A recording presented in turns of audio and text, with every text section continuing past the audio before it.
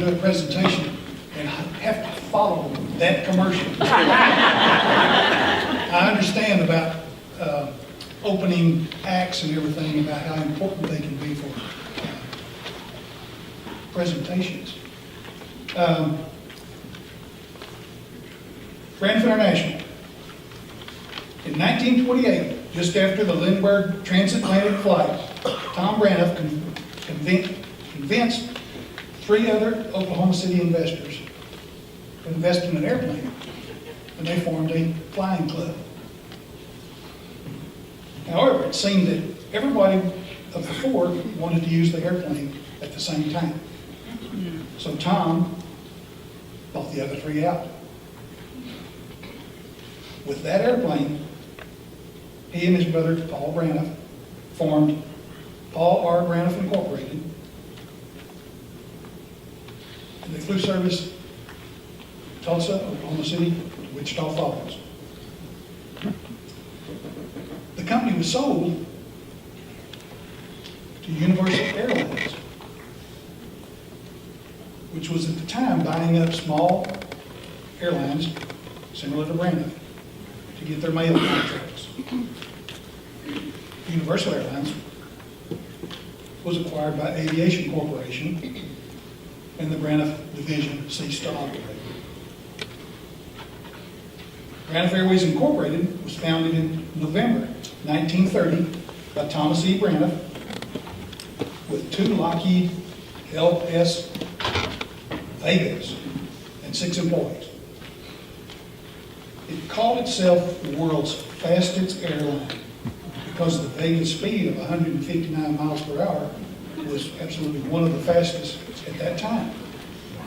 It was also called the B-line. Because of a lot of controversy and undependable passenger service, in 1934, many of the smaller airlines, such as Braniff, needed airmail contracts to remain solvent and grow. The company's 33 employees met at Mr. Braniff's home and voted to work without pay until the airline could get turned around. After much controversy, all airmail contracts were canceled and put out for rebid. In the rebid, Braniff won airmail route number 9, which served Chicago, Dallas, with stops in Kansas City, Wichita, Ponca City, Oklahoma City.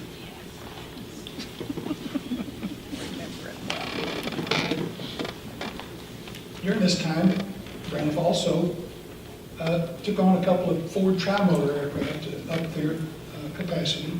They only had those for a couple of years. 1935, Braniff took delivery of 7 Lockheed L-10 Electras with a seating capacity of 10, which doubled the number of seats available for sale. Slogan: for safety's sake, we have 2 motors, 2 wings, 2 radios, and 2 pilots.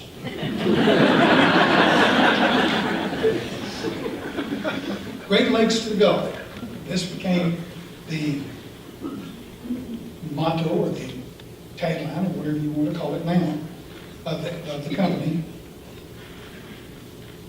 In 1936, they acquired Boeing Airlines, another Texas company that had passenger service only, no airmail routes.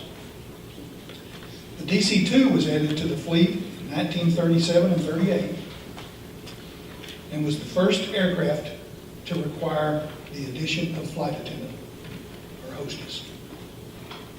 With passage of the Civil Aeronautics Act in 1938, the CAB, Civil Aeronautics Board, became the regulatory department until deregulation of 1978. 1939, Braniff started acquiring its DC-3 aircraft. Upon the entry of the United States in World War II, Braniff aircraft, part of the fleet, not all of it, was used on what was called the Banana Run. It provided service from the U.S. to the Panama Canal to resupply Department of Defense facilities there.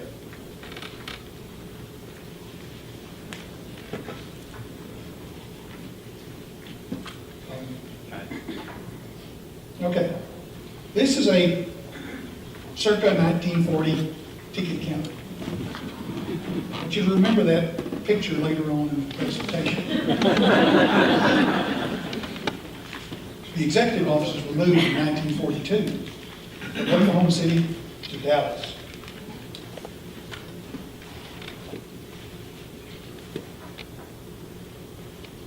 American formed Aerovías Braniff to fly in Mexico. They went through the process of organizing and doing the airline, ready for starting, but it never did operate because the Mexican government withdrew their certificate. Braniff was not to originate any Mexico service until 1960. Douglas C-54, DC-4, was acquired in 1946. It was the first airliner with a tricycle landing gear. Braniff was first to use the jet assist takeoff engine in South America. They had to have that at El Alto Airport, elevation 13,400 feet in La Paz, Bolivia. Douglas DC-6.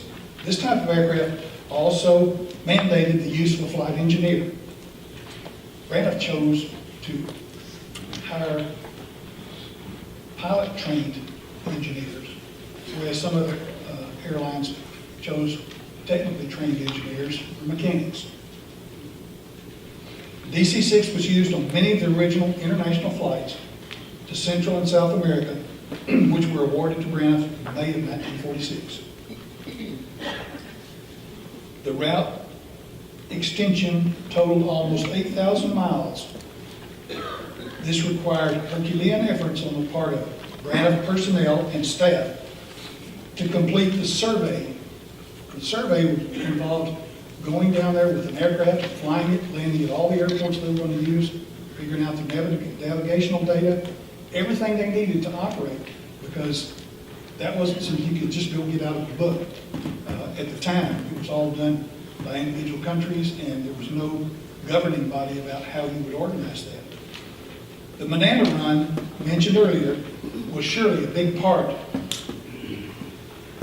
of the opening of this service, because they operated in that part of the world and they were quite comfortable with it. The Convair 240 aircraft was acquired in 1952 with the merger of Braniff and Mid-Continent Airlines. Also in 1952, they started taking delivery of new aircraft, the Convair 340 Cosmopolitan. It was a sad day with the death of Thomas E. Braniff on January 10th, 1954, ironically as a result of a private plane crash. Family tragedy was no stranger to the Braniffs. Their son Thurman died in a plane crash outside of Oklahoma City in 1938. Their daughter, Jean Braniff Terrell, died of natural causes in 1948. And within a year of the death of Thomas Braniff, his wife Bess died, leaving no immediate family members. Tom's brother was still living, and he had a family, so there are relatives, but the immediate family ended with the death of all of the family. Charles E. Beard was elected as president of Braniff. He joined Braniff originally in 1935 in the traffic department. Talks were also begun with Panagra regarding the purchase of certain rights and routes from Braniff in South America. Fortunately, it didn't happen. 1955, Braniff bought 2 Lockheed Constellations. They used those to supplement the long-range service provided by the DC-6s. They also bought, in 1956, 2 Curtiss C-46s. Late Captain Lynn Morgan commented they were a workhorse but difficult to handle. They were used only in freighter service, and in 1963 were sold to Air America. For those of you who aren't familiar with Air America, that's the CIA's Vietnam airline. The Convair 440 Metroliner was introduced in 1956. Also in 1956, the Douglas DC-7 was used in the introduction of El Conquistador and El Dorado service over the LAD routes. Premier in-flight service during these years was called Silver Service. Lockheed L-180, also called the Gutter, was purchased in 1959. This was Braniff's introduction to turbojet engine-equipped aircraft.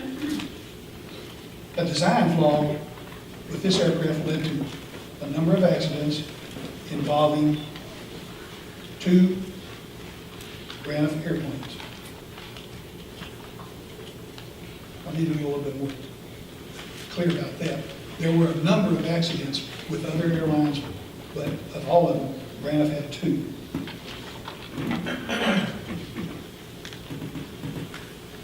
When I went to work at Braniff, I started off in baggage service. And I worked evening shift because seniority. Everybody here understands that. And later, after they bought the initial bunch of Electras, Braniff bought another one. And the story was that it came out of a chicken coop in Southeast Asia somewhere. And then it took them days to clean it before they ever even started working, and they got it here. Can't imagine ferrying that airplane, but they got it here. Well, from that point on, it was used in regular scheduled service. However, it also picked up the designation of the hangar queen. We would be sitting in the break room at the Love Field, the old Love Field terminal, waiting to load probably what was supposed to be our last flight for the night, which went to either Lubbock or Amarillo. And this airplane was used on that route a lot. We would sit there, watch the hangar, and see the doors open on the hangar. They'd push this airplane out. It was like a green, I think. They would push this airplane out. We'd sit there for 5 or 10 minutes, no long enough to unhook the tow bar, and then put it in the hangar. And this would happen a number of times. Not always on the same night, but we pretty much got used to it. But, you know, it's one of those little stories that sticks in your mind. Boeing 707-227 delivered in 1959. This was the first pure jet engine equipped aircraft, which were also the first for Boeing. These were fast airplanes, giving Braniff an advantage over its competitors in similar markets. 7701 Living Avenue. This is the drive-up window located in front of the maintenance base. This was also an industry first, providing service for Dallas Braniff customers. The supplier of the air tube system was DocuTel, which appeared again in Braniff's life when we moved to DFW. They were the manufacturer of the baggage system. You're familiar with that too. Well, anyway, we all know how that goes. I'm not going to elaborate on that. Boeing 720, 027 in 1961. This aircraft was equipped with a less powerful engine, and it flew at slower speeds. But it was good for the domestic, short-haul, medium-haul routes, and even some of the longer domestic routes. And filled the bill quite nicely there. The BAC Bach 111. All right. There's a lot of people right down here familiar with that.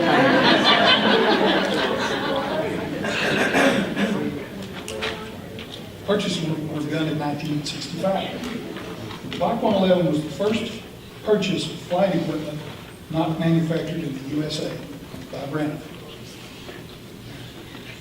I remember these were some of the loudest airplanes when they took off. If you weren't looking, you would think that there were 2 fighter jets taking off in full afterburner. They were loud. The Boeing 227 was purchased in this period. 1965 also brought Harding L. Lawrence to Grant. Harding came in, he wanted to make changes. In doing so, he used Alexander Girard to change the public image of the company, and Emilio Pucci to design new over-the-top uniforms for all work groups who were in public contact or public view. A new dining service with over-the-top service by Chef Willie Roselle, who formed a chef's panel to help create the gourmet menus for the new image. August 15, 1966. That was the hire date for Rudy Bowling. I get to do that because I'm doing the presentation.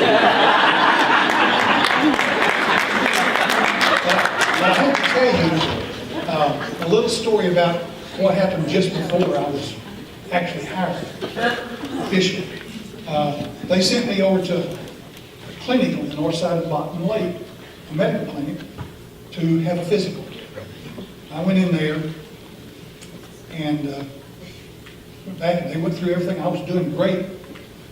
And the nurse said, "Do you know your color line?" Because I took the little test.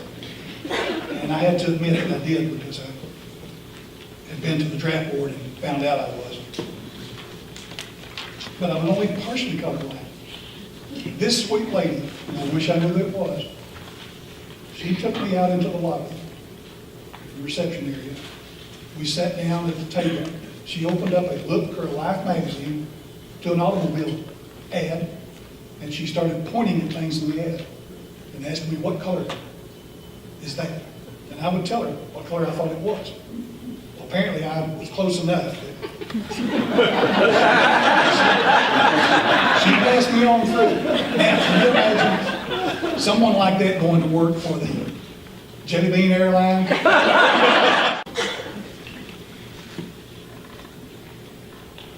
And also, this was also during the time that another personal observation from that period of time.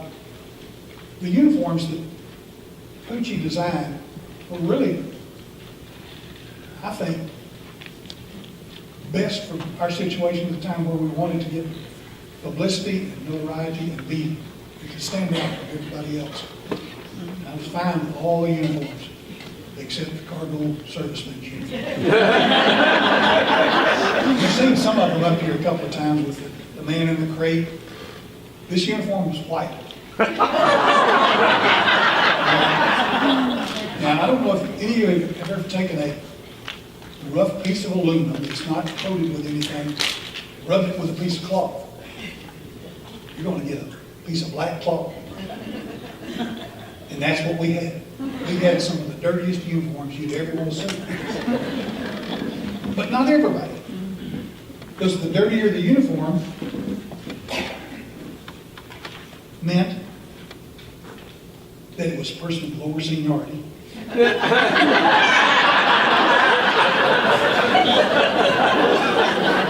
if they had more seniority, they still provided the maximum work to get the job done. So it was it was like the question, what were they thinking? We all know, because we all talk about, well, if they'd come out here and walked in my shoes for a day, they'd know that that wouldn't work. All right? The Boeing 707-327C. These larger and higher-powered airplanes were used for the majority of the flights flown in support of Pacific military routes during the Vietnam War period. And I've talked to veterans, and that's one of their fondest memories, is remembering that airplane and the girls that were on it, and they still think about it. Ross Perot tried to send some supplies to the prisoners in Vietnam. It was called, the airplane was named Peace on Earth. It was a 707-327C. That airplane ended up flying all over the Asian area, but he never did get permission from North Vietnam to go in there.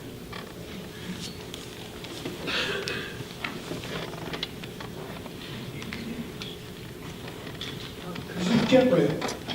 This is one of those innovative things that most people at the time started off thinking that it was a amusement park ride. And it may have gone that way the whole time. But it really did provide a good service to our customers in Dallas. They could park in that parking lot, which was further away, and then they just go in, get on the car, and go to the terminal. They drop them right off at the upper level ticket counter, and then return straight back to the parking lot. What an innovation. In 1967, Braniff merged with Braniff. And this time, Braniff survived. And they also received the DC-8-31 aircraft. This marked the first time that Braniff had used Douglas equipment in almost 20 years. In 1973, they made the direct purchase of new Douglas equipment, DC-8-51.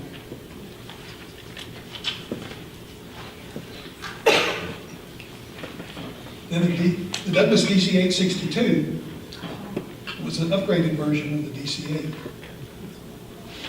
Aircraft N-1805 was painted by Alexander Calder, the flying color scheme.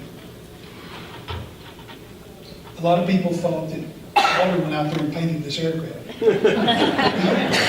He didn't paint it. Braniff Mechanics painted the aircraft using templates that were taken in scale off of a model that he did paint. And then he painted the engine nacelles with individual pieces of artwork. And I'm not sure, but some of those may still be in existence.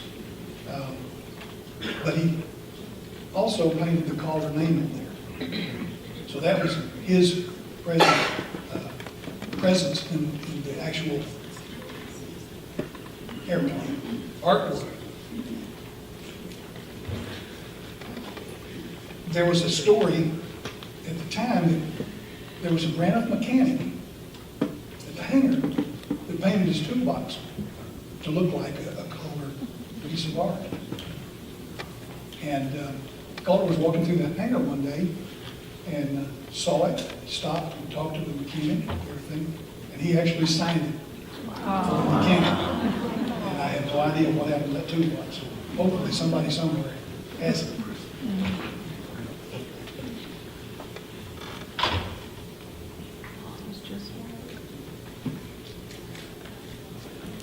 Boeing 727-100. Braniff's first purchases, this Boeing equipment, were called QC aircraft. QC standing for quick change. One of Lawrence's ideas was to up the utilization of our aircraft. To do this, they made these airplanes with the ability to change from cargo to passenger. So the airplane would fly all day in passenger service. We would pull into one of the freight terminals that had the equipment. They would take the passenger seating out and then load the cargo pallets in, and then it would fly off to the destination during the dead of night. And that was really a pretty good innovative thing. And to even go above that, they came up with a combination service in which they only took out half of the seats. They left the rear cabin intact, and they loaded containers in the front. And that was as good as the other, but it was for places that didn't have quite the air freight volume that maybe Chicago or New York, Denver might have. 727-227, which was the 200, as we call them, was purchased in 1970. Inauguration service to Hawaii from Dallas was originated in 1969. First with the 707-327Cs, then the 747-100. The Boeing 747-127 aircraft 601 was the 100th Boeing 747 delivered by Boeing. And it was affectionately named Fat Albert.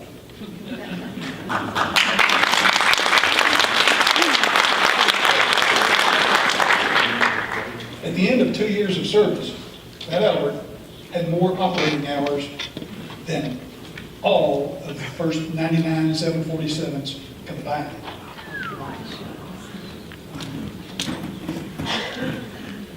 I had the opportunity at one point, when we were still at left field, to go to the tower one day and watch the departure of Flight 502. 501. 502 is the only one I ever got to see because I worked midnights and I got parking in the morning. Right. If I got there on time. But I was able to go to the tower and watch that airplane take off for Honolulu. Needless to say, this airplane has got pretty much all the fuel it can carry, all the cargo it can carry, and all the people it can carry. Love Field isn't that big an airport. I got a whole lot of respect for the crews on that airplane after I saw that.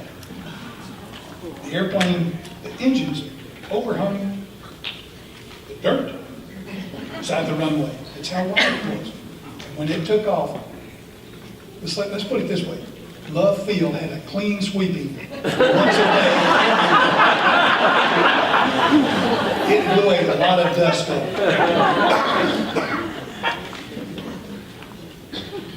In 1973, we moved to DFW. Notice that there's no security. Right. Things have changed in the intervening years. There was a ceremony to commemorate the opening of the airport, and there were 2 Concords flown in here, and that was kind of the ribbon cutting, at least for our terminal. But I think it was pretty much for the airport in general.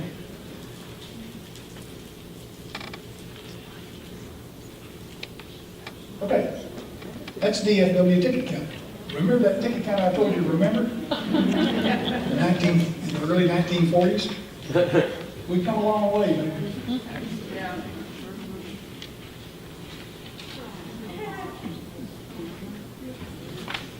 That is my wife.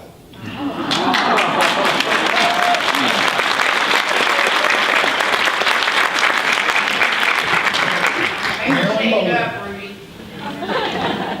She has too much trouble getting up. Raise your hand.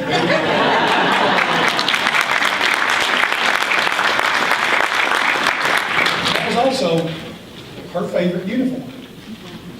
And this is actually a Braniff slide that was shot, I guess, in preparation for an ad, which she did appear in a print ad during that period of time. And that was the uniform she had on there too. Okay, now we got the Braniff hangar at DFW. Was a really great facility, and it is still there. It's located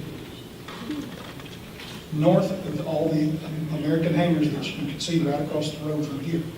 Of course, now it has American on it, but it was quite the thing when we opened it. We moved here to Braniff Place in 1978. The Braniff Place flags were all flown down in the entrance at the far end, in front of where we parked and walked across the lobby there. 1979, we started an interchange service with Air France and British Airways of the Concorde. We flew the airplane subsonic from here to Washington, D.C. They flew it supersonic from there on to Europe. Our crews flew it, they were trained. And again, it was one of those publicity things that didn't cost us a thing, because people wanted to see the Jelly Bean airline in operation. And I'm not being facetious when I call it the Jelly Bean airline. It's just, that's one of the most apt descriptions of all the plane colors and everything, I think. This next one, I call it the Concorde Go Fast. Now, whatever this guy was in that was flying next to this, pretty fast too, but not really. This is a Dr. Foe slide from probably from Ed Finley's shop. It was going to be possibly used in the ad. I don't think I ever saw that in the ad, but I thought it was an interesting side note.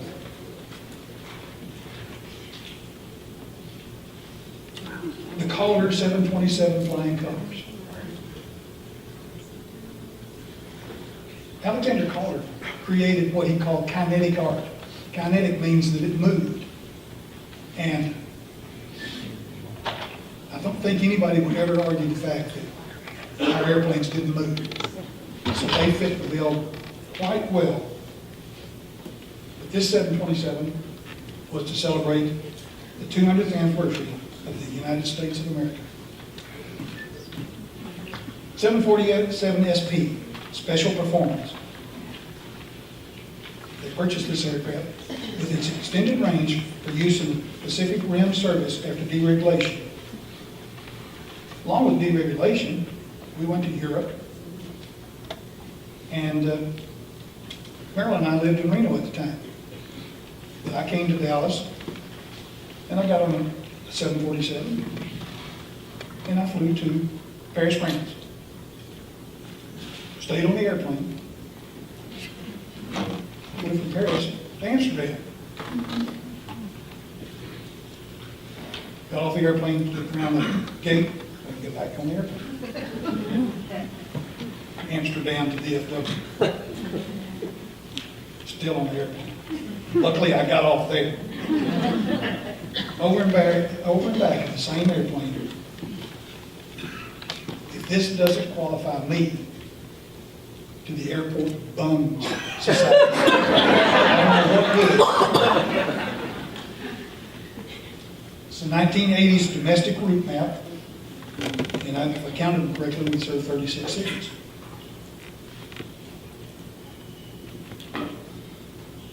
This one is May 12th.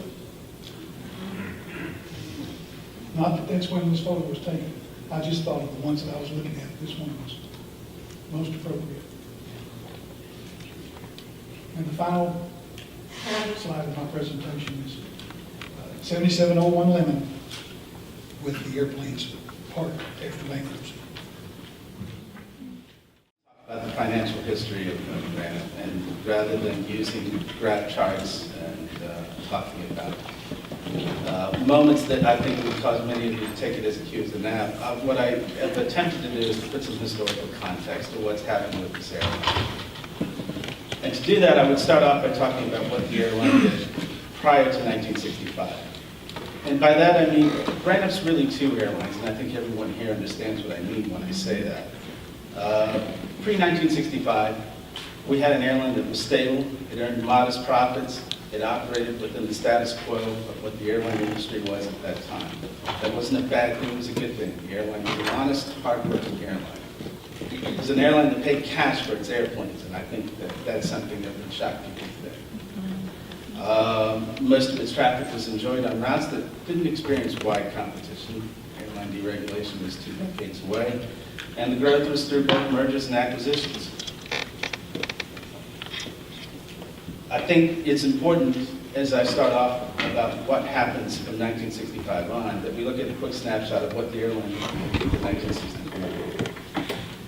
And that 1964 snapshot shows us that the airline was earning about $109 million in operating revenues, $5.9 million in operating income, and it had an average load factor of 53.3%.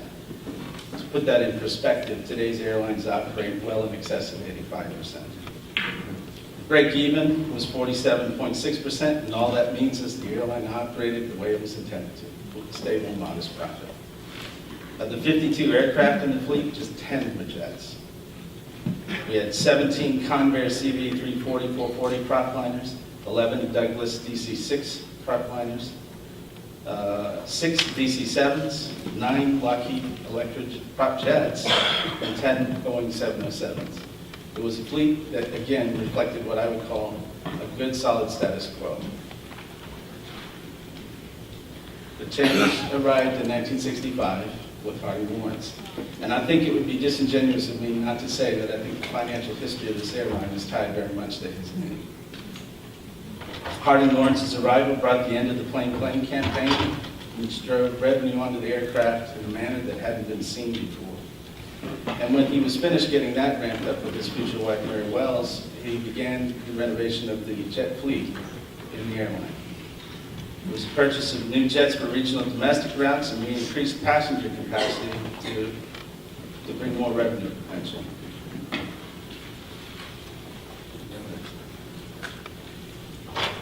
In just 5 years, the airline was unrecognizable. At this point, the operating revenues tripled to $325 million in just 5 years.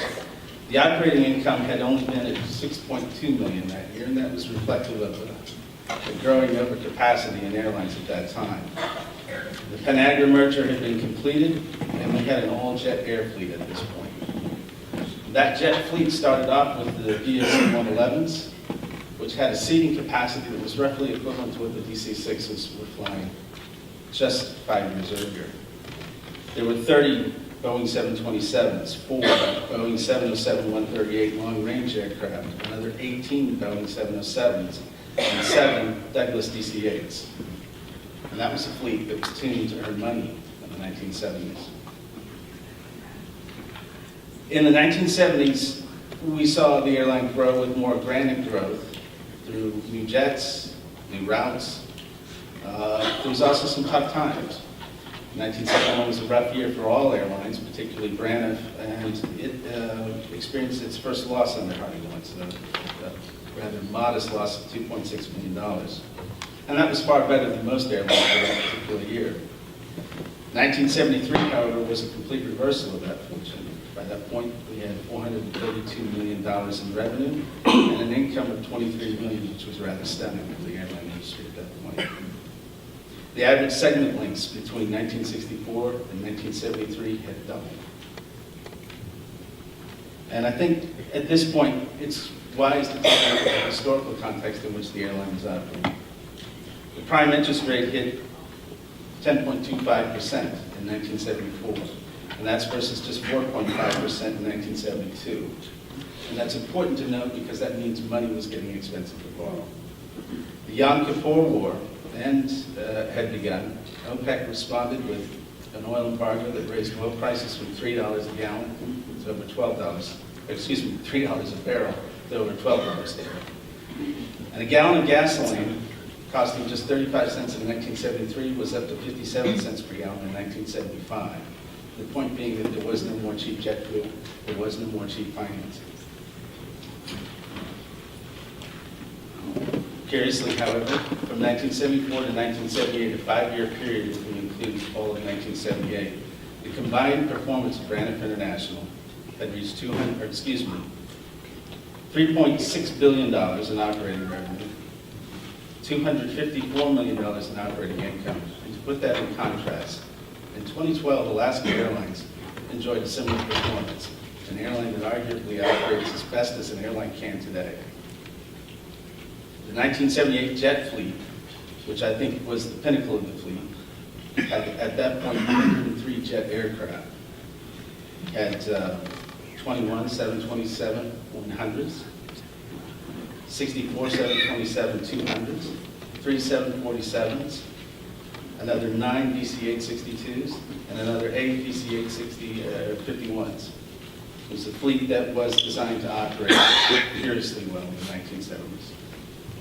But 1978 also brought, I think, what everyone understands to be the single greatest impact to the airline industry ever, and that was airline deregulation. The 1978 Airline Deregulation Act saw airfares plunging, just as load factors were skyrocketing. And by skyrocketing, I mean load factors in the first year of deregulation had risen nearly 8 percentage points, but fares and revenues had dropped below their break-even load factor. As a result of the deregulation, we saw airfares change, we saw routes change. What we didn't see was labor costs change and reset. There were a number of airline CEOs, Harding Lawrence and Bob Six among them, who believed that airlines should have had their labor costs reset. And there's probably some truth to that because as a result of that not being reorganized as well, every major airline imposed a great hardship on its employees through a bankruptcy between 1978 and just 2 years ago in American Airlines bankruptcy. Prime interest rates were also going to credit card levels. In December of 1978, they were at 11.75%.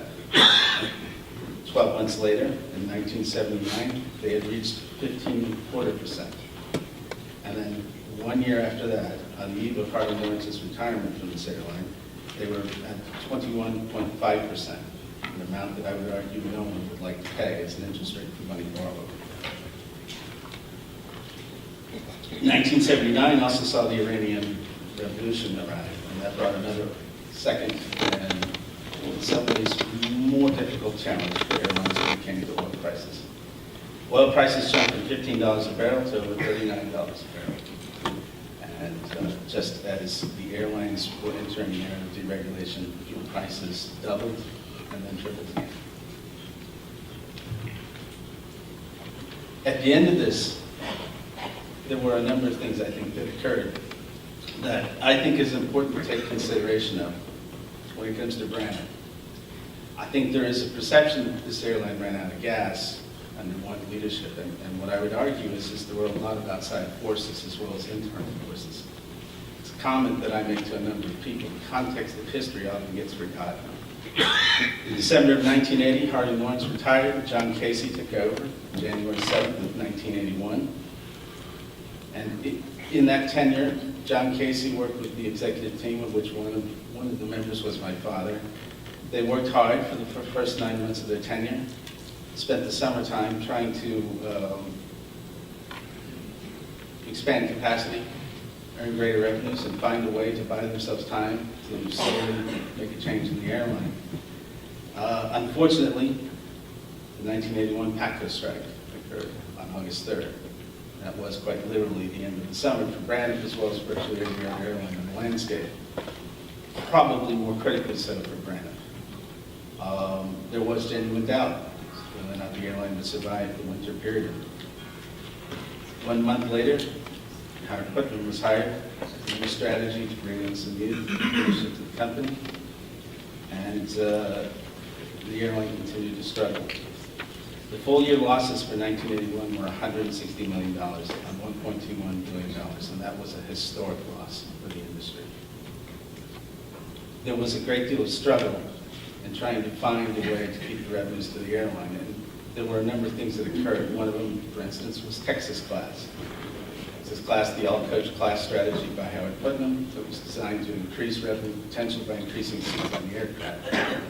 Unfortunately, when air passengers came on board, they saw that seat 2A was no longer a first-class seat and started looking away from the airline.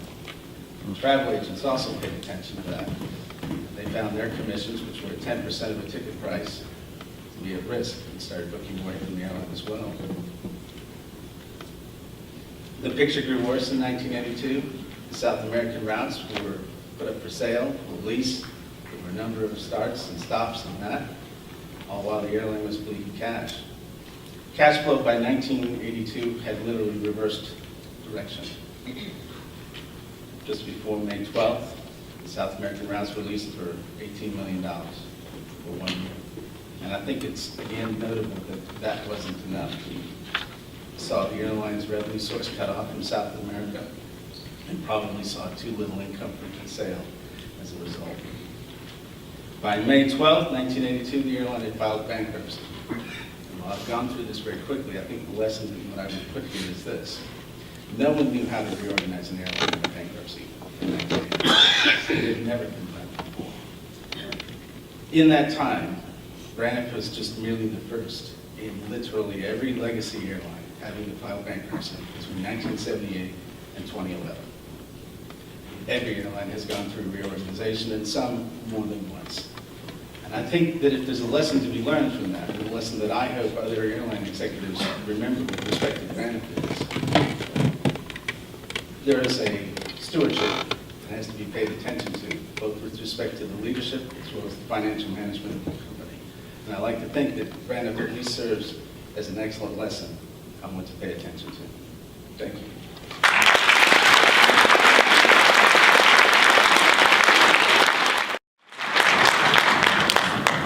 Braniff International is creating the most beautiful airline in the world. We hired Emilio Pucci to design our uniforms. Our hostesses wear reversible coats of almond green and apricot, space helmets to keep out the rain, red space suits, and sometimes something a little more comfortable. And we hired Alexander Gerard to do our planes. We have blue planes, orange planes, yellow planes. You can fly with us 7 times and never fly the same color twice. Inside 7 different color schemes. And since we fly to Mexico and South America, art from Peru, Brazil, and Argentina. Cha-cha-cha. Plain plane. We won't get you where you're going any faster, but it'll seem that way.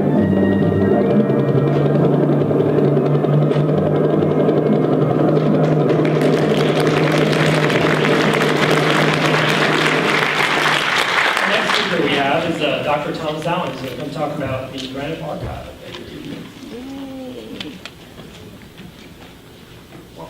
Hello, and thank you, everyone. It's a real honor for me to be here. My name is Dr. Thomas Allen. I'm a curator with the Special Collections Department at the University of Texas at Dallas. And one of the jewels of our collection is the History of Aviation collection, which includes some materials about Braniff.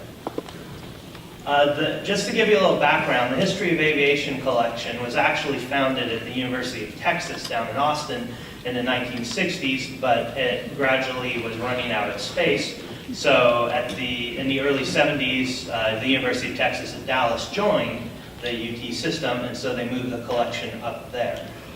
We're dedicated to collecting historical documents, photographs, artifacts, all kinds of materials related to aviation in a number of areas, but specifically a lot of those dealing with Texas and the DFW Fort Worth region. In order to support that, we maintain a research library that contains hundreds of books and journals and various materials all about different aspects of aviation. We also have one major outreach effort.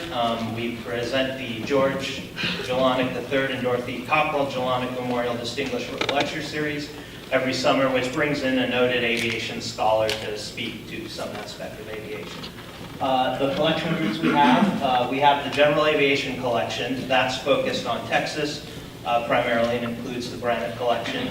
We have a very extensive World War I holding, especially strong on the Central Powers, so Germany, Austro-Hungarian Empire, and Ottoman Empire. We have the post-war papers and memorabilia of General James Doolittle, including his Congressional Medal of Honor he received for the Tokyo raid. We're proud to be the official archive for Civil Air Transport and Air America, which were the CIA's proxy airlines during the Cold War, and we have a unique memorial plaque that honors their sacrifice and service. We also have the Vice Admiral Charles E. Rosendahl Lighter Than Air collection on airships, a collection on helicopters, and we're in the process of becoming the official archive for the Chance Vought Aircraft Corporation. But the main reason we're here today is to talk about the Braniff. And the collection we have at our archive is composed primarily of materials collected from Braniff's public relations archives. So we feature a lot of slides, transparencies, negatives, press releases, all kinds of information. The collection was donated to the university in 1982. The impetus for it came from the Braniff board member Paul Gaddis, who also served as dean of UTD's School of Management, and Pat Zart, who was in the Public Relations Office. The materials were presented to UTD in an event held February 3rd, 1982, that was presided over by Braniff Chair John Casey. So, what do we have in the collection? Well, the collection contains, you can see a picture of it there, 54 boxes of documents, photographs, and other information about history of Braniff. This includes information on the Braniff family, inaugurals of the various air routes, the Pucci uniform, the Girard designs, the Calder designs. In addition to that documentary and photograph information, we have 37 notebooks of slides, transparencies, and images that cover the advertising campaigns. And we also have a collection of films, posters, some really unique original advertising work, some of the cut-ups and pasteboards they used to set up some of the advertising campaigns.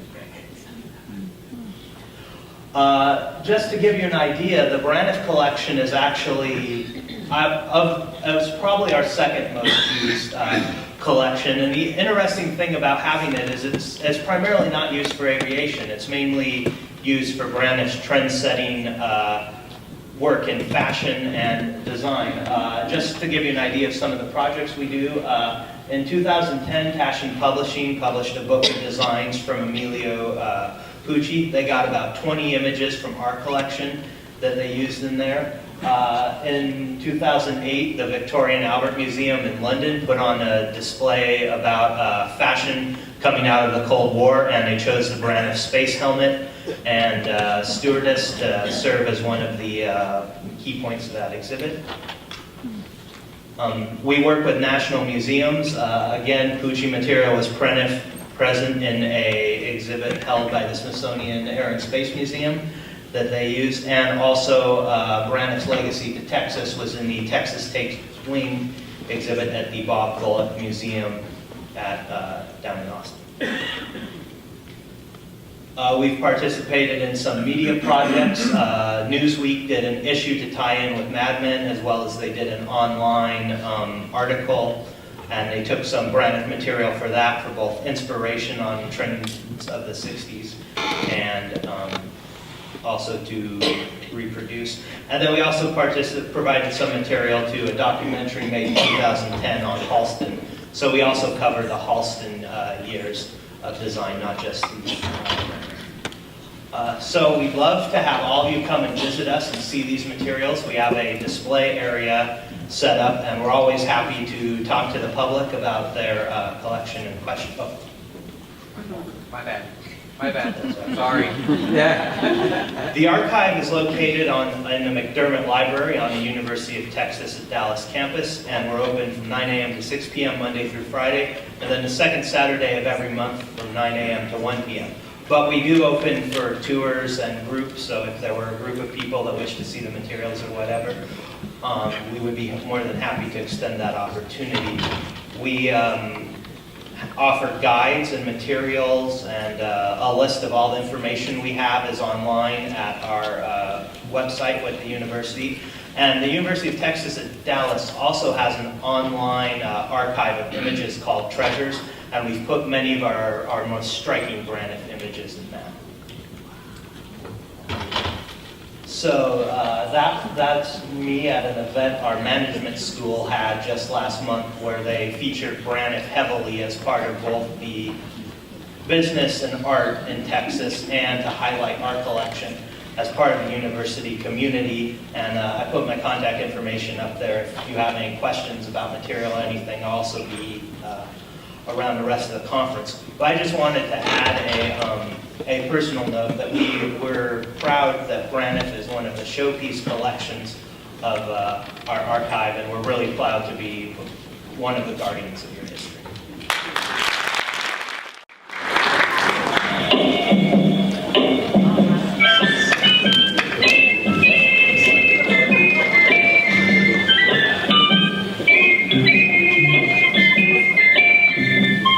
Braniff International hostess meet you on the airplane. Should we dress like this?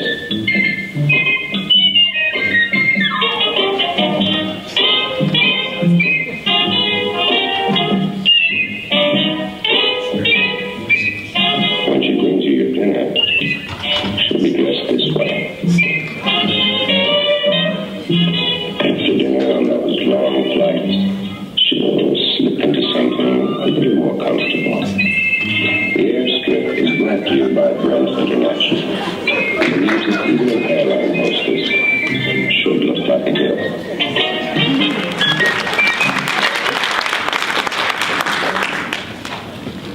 Thank you, David.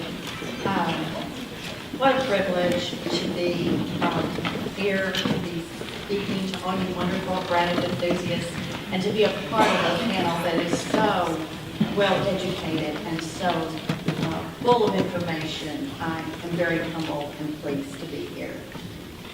When Harding Lawrence arrived at Braniff in April 1965, his goal was to make Braniff one of the most famous, admired airlines in the world. He achieved this by hiring the New York advertising firm Jack Tinker and Associates to create a revolutionary new look that the industry had never seen before. Under the guidance of advertising executive Mary Wells, Braniff hired New Mexico architect Alexander Girard to create an exciting new look that included brightly painted aircraft, designer interiors, and ultra-modern public areas. Renowned Italian designer Emilio Pucci was commissioned to create a wardrobe for Braniff's flight and ground crews to complement one of the most successful advertising campaigns in airline history, the end of the plane. Pucci's collection was a resounding success and led him to a relationship with Braniff that would last for the next 10 years. In 1937, Braniff Airways hired and trained its first group of cabin attendants called hostesses. The new hostesses would ensure that passengers were comfortable aboard the company's new Douglas DC-2 twin-engined aircraft. Their uniform, called the Bolero, consisted of a dark blue wool skirt and matching Bolero cut jacket with a distinctive Latin flair. The uniform also included a matching hat, dark leather pumps, and white gloves.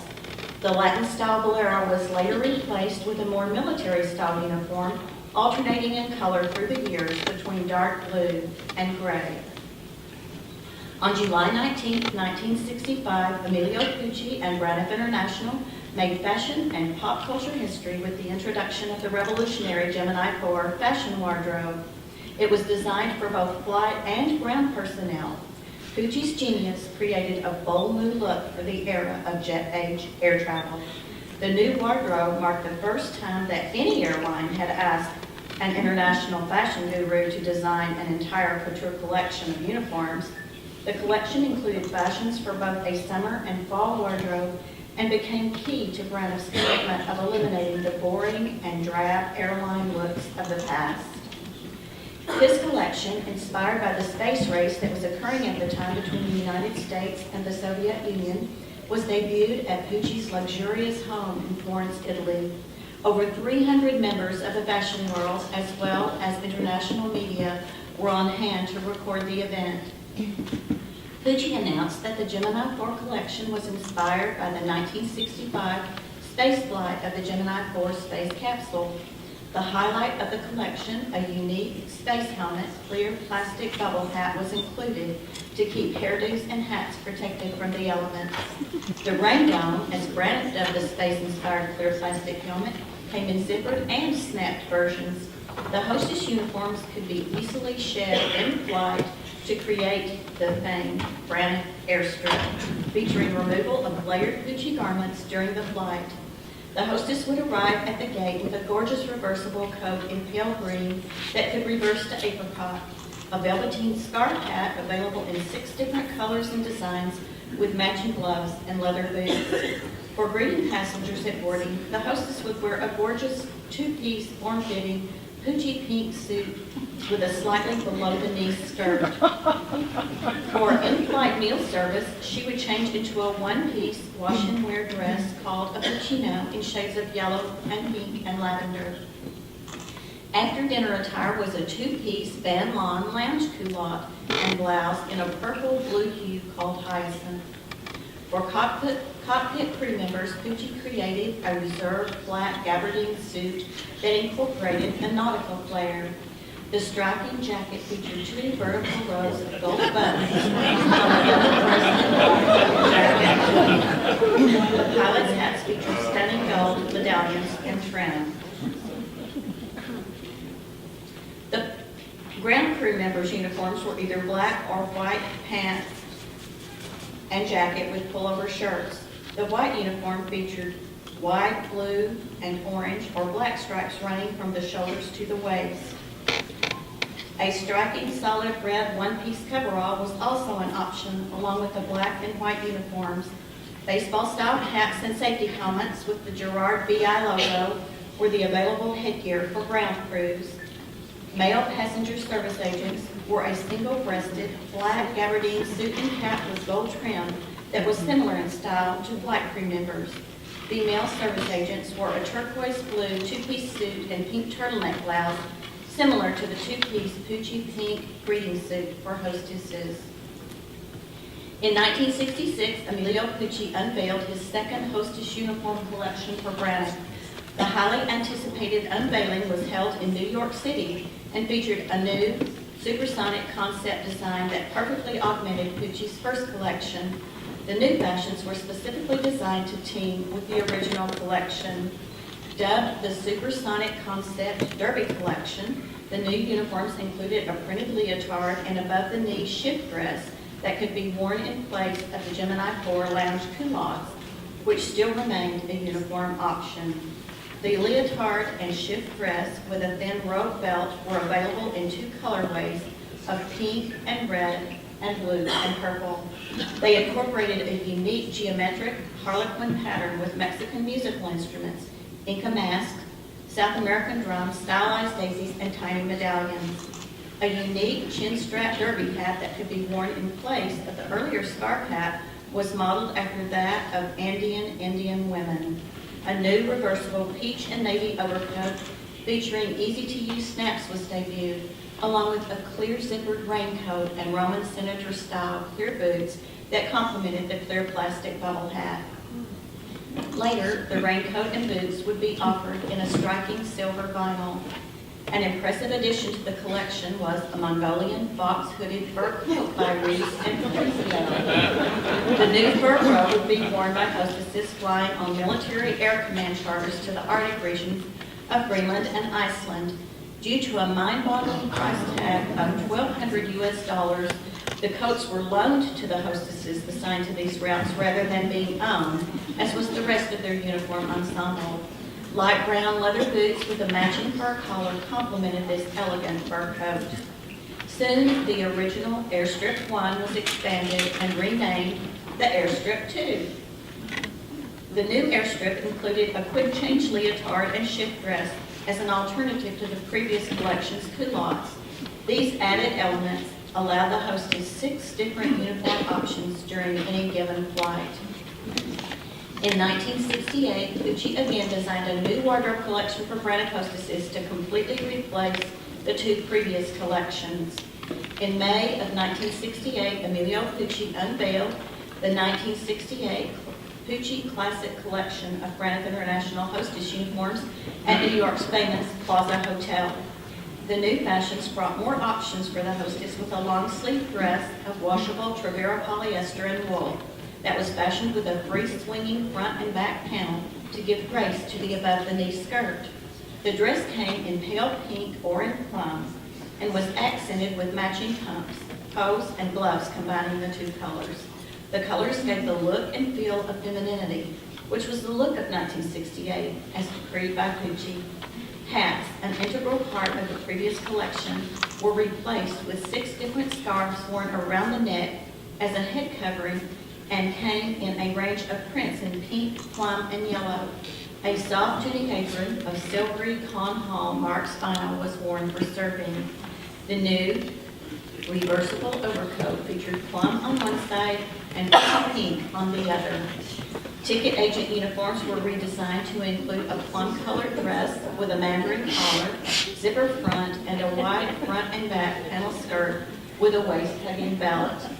Special services personnel received a similar dress in rich Pucci green. Matching leather pumps and hose would round out the ticket agent and special services 1968 collection. On January 15, 1971, Braniff International inaugurated the carrier's first Boeing 747 service between Dallas and Hawaii. This was a big deal. In celebration of this event, the 747 Braniff Place pant dress collection was premiered on the inaugural flight. It was the 4th Pucci collection designed for Braniff. Pucci stated that Braniff hostesses should be eclectic in 1971, as should American women in general, whether flying or not. The colorway for the new fashions was a vibrant and colorful pink that accentuated the excitement of the new orange Boeing 747 and allowed hostesses to choose from a swinging hip dress, a demure empire, a skirt slightly above or below the knee, or a neckline that was square, scooped, or ruffled. Long lounge pants were also an option, as each hostess had the privilege to choose her favorite. A coordinating umbrella in the same Kiana pink fabric was introduced, featuring pink, red, plum, and 3 shades of green in the same fabric used for the pant dress and skirts. Also, a shoulder bag and a Pucci Vivara scarf that the hostess could wear around her neck. A new overcoat in pink and raspberry wool. New shoes by Baldino of Italy were created in raspberry red leather. The heel was the unique part of the shoe, featuring matching raspberry red, some in green, while others had the left heel in raspberry and the right in green. This was Pucci's reflection of the International Navigation Code, such as the position lights on aircraft wingtips. Beautiful new serving aprons were created in Bahama Galaxy, which was a metallic jersey like nylon. 3 colors were available, including sunset pink, aqua, and gold. On June 15, 1972, beautiful blue and green Pucci uniforms were introduced to augment the previous collection. The new Hostess Couture collection featured solid blue tops and slacks with green, blue, and violet accented print shirts and shorts. A blue and green reversible coat, Ferragamo blue and green patent shoes, and a blue patent satchel purse completed the new look. Pucci stated that the new fashions were inspired by the pace and tone of the times. He noted that green symbolized growing fields and hope, confidence, balance, and optimism. Blue symbolized the sky and serenity that Pucci felt everyone needed in their lives. Braniff's cockpit crew uniforms had not been redesigned since the 1965 Gemini 4 black gabardine with gold trim uniform was introduced. So in 1973, Pucci created a new cockpit crew member uniform of the same style but with a new color. The nautical look of the 1965 flight crew member uniform was not changed for redesign. Instead, Pucci changed the black gabardine to dark blue, which remained as the pilot's uniform until 1977. On May 2nd, 1973, the first male hosts were hired by Braniff International. An exciting time for young men, I'm sure.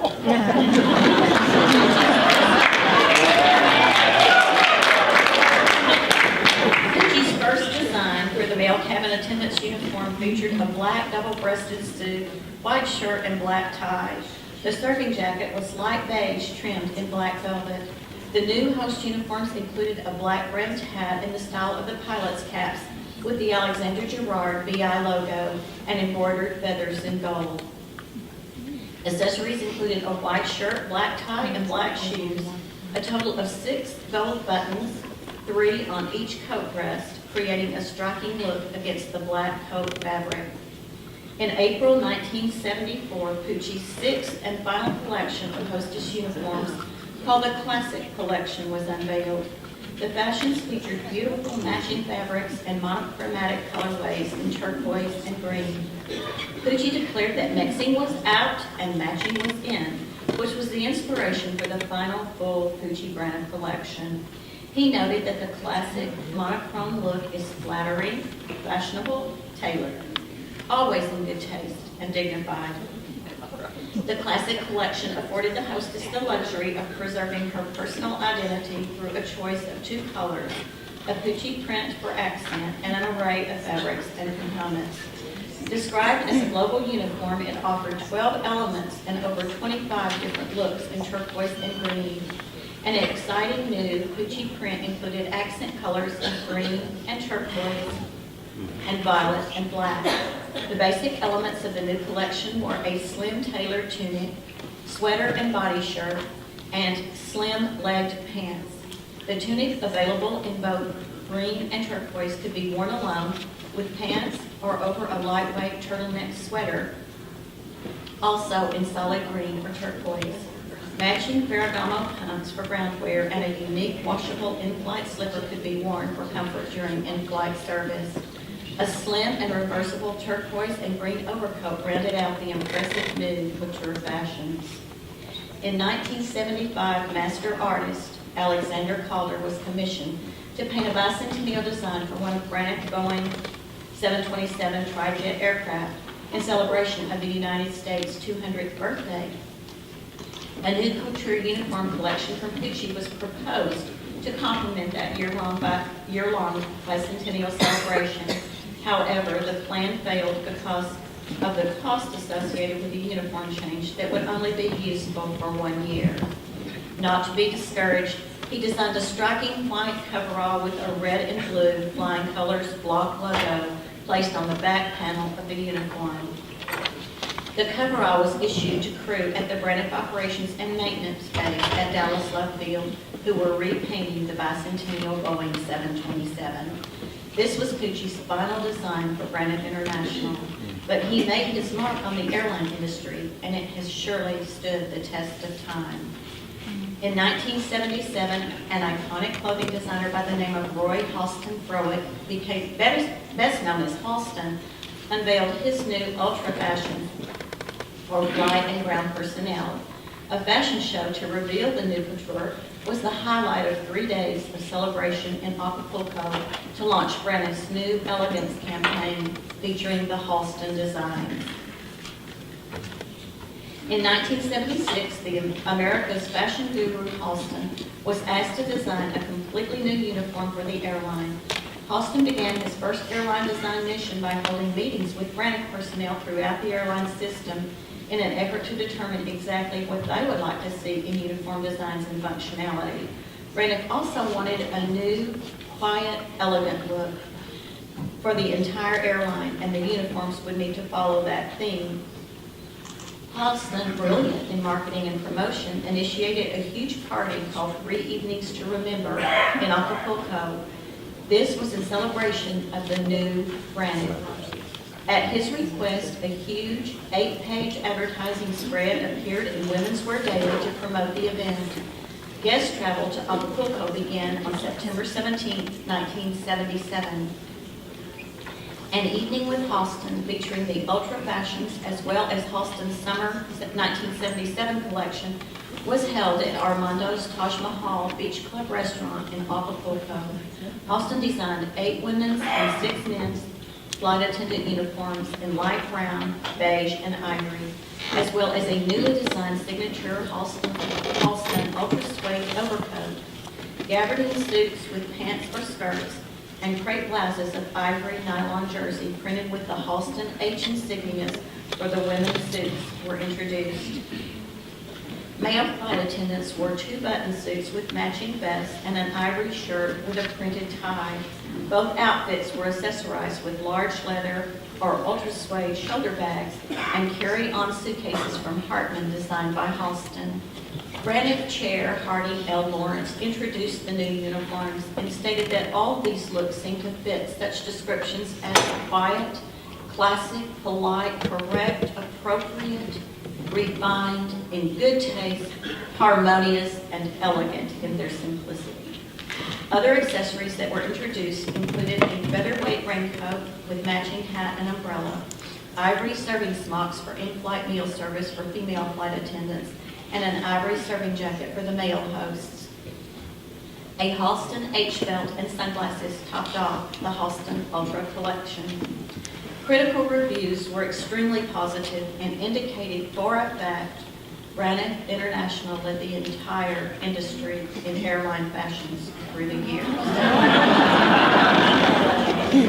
Now, I would like to introduce you to the beautiful clipped beads Braniff International Association of Retired Flight Attendants. They have graciously joined us today and proudly wear their vintage Gucci and Halston uniforms for you to enjoy. Ladies and gentlemen,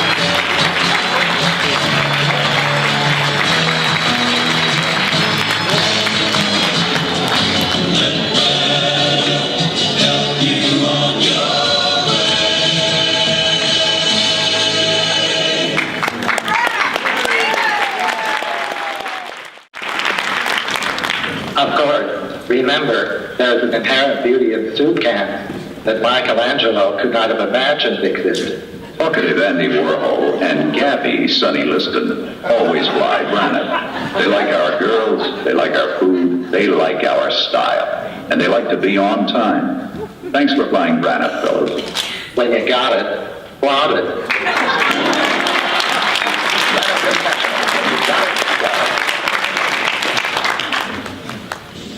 Don't you think a knuckleball is much harder to throw than a screwball? No, Whitey. Whitey Ford and his new friend Salvador Dali always fly Braniff. They like our food, they like our style, and they like to be on time. Thanks for flying Braniff, fellas. When you got it, flaunt it. Come on, Dali, baby. Always ask your travel agent one question. Does Braniff fly there too? Braniff...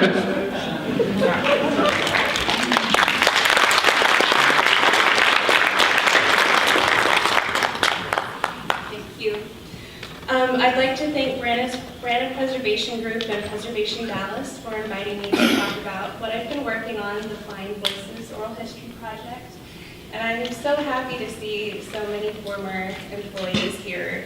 It's great to be with people who have a vested interest in the history, the memorialization, and the preservation of a company that in no doubt helped shape the region and aviation.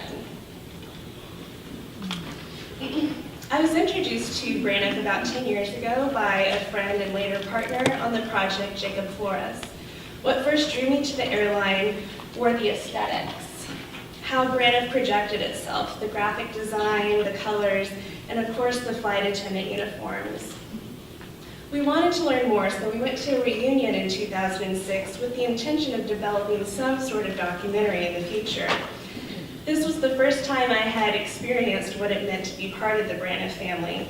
This airline had left an impactful impression on so many people. They were all still truly a family unit 25 years or so after the company had ceased operations. So what was it about this airline? How had one commonality managed to keep these people together?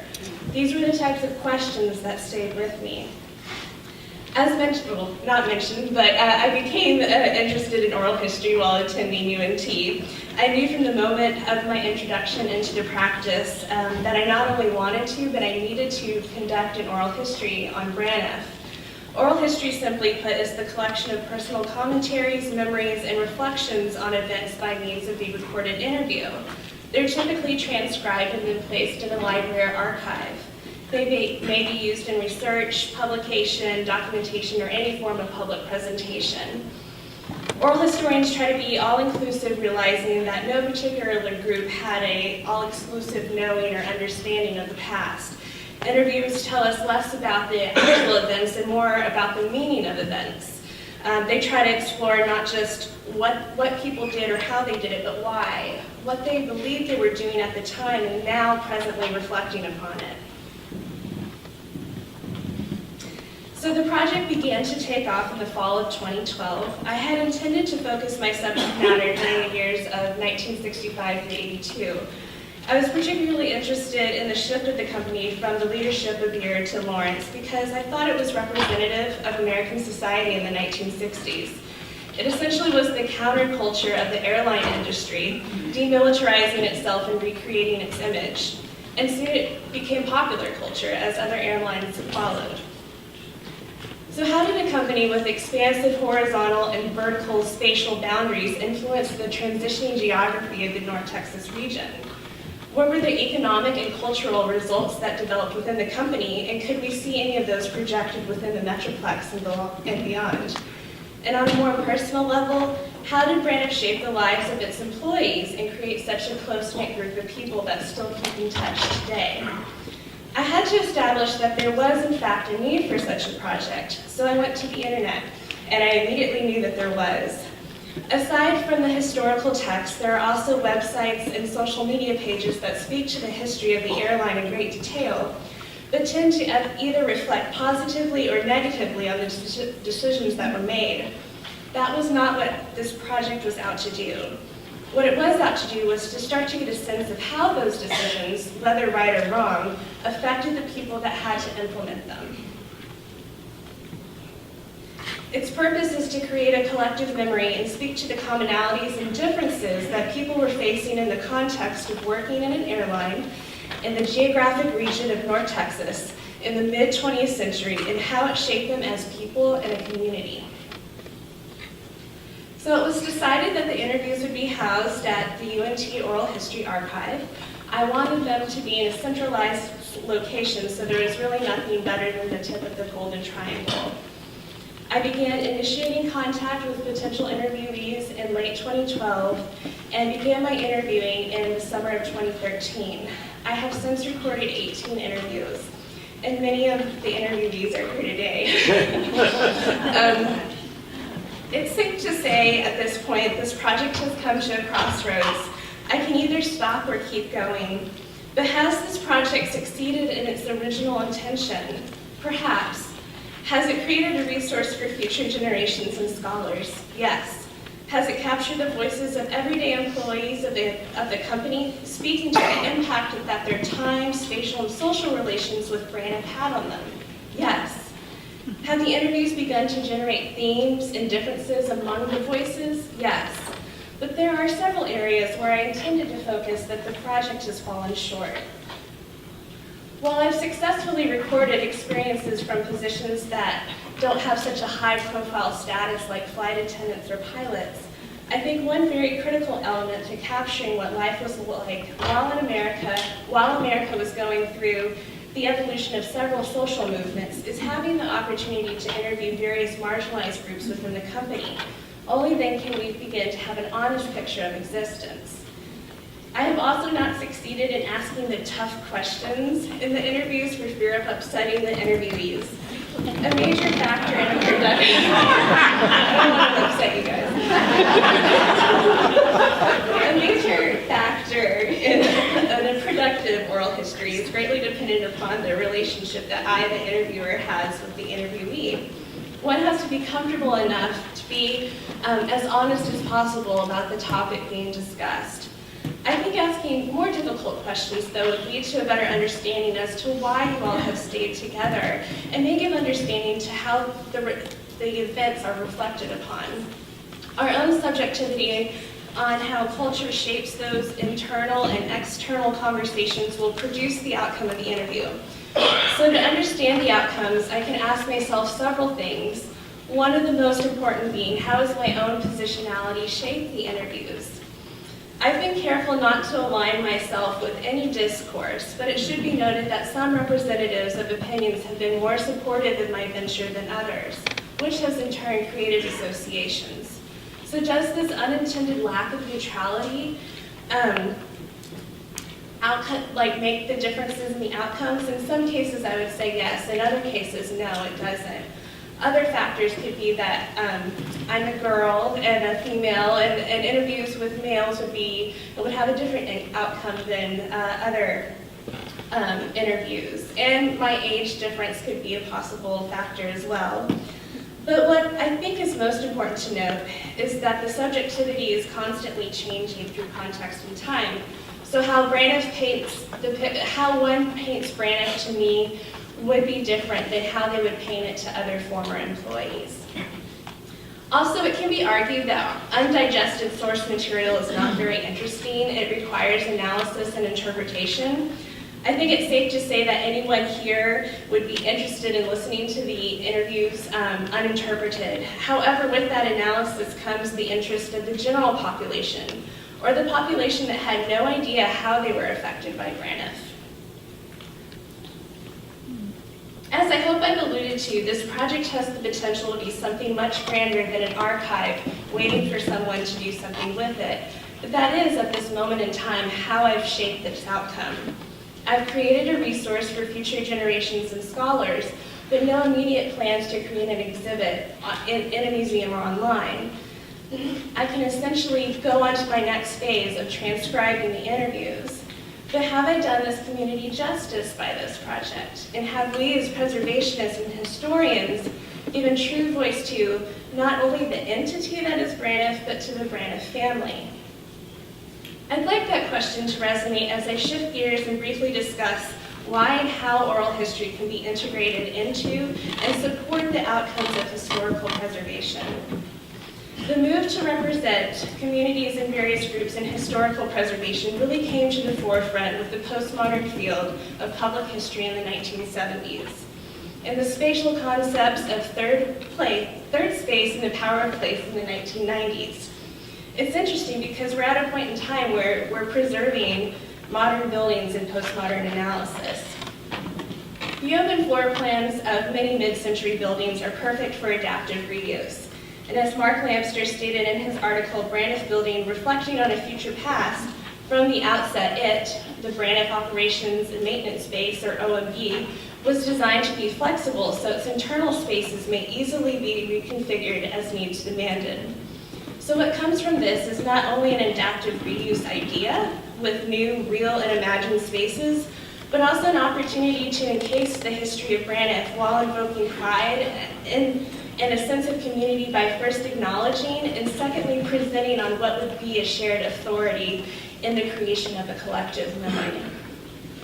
In her book, Power of Place, Dolores Hayden argues a politically conscious approach to urban preservation must go beyond the techniques of traditional architectural preservation to reach broader audiences.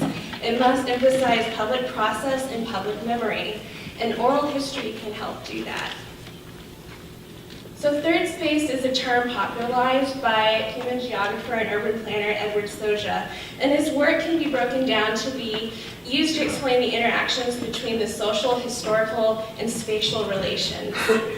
This concept appealed to me because I'm interested in the interplay between the geographical space with social, cultural, and economic elements, or how physical representations of Braniff have changed over time, and how it has affected the region and the community that inhabits it. So to put this context into Braniff, one can look at the OMB.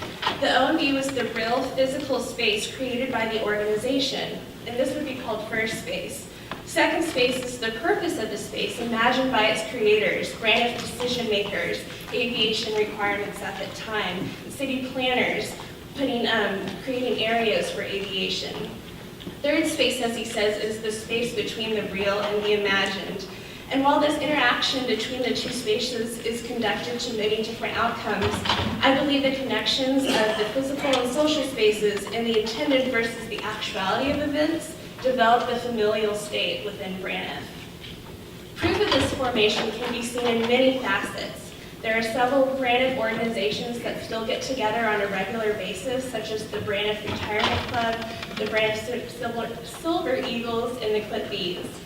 And on a more individual level, it includes marriages, longtime friends bonded by Braniff gathering for coffee on a weekly basis, and friends coming to the aid of their friend's family when a loved one has passed. So why does incorporating the human experience matter in historical preservation? One ethical intention for preserving a space is to establish a symbol of collective memory created due to the influential historical events associated with that memory, with that symbol.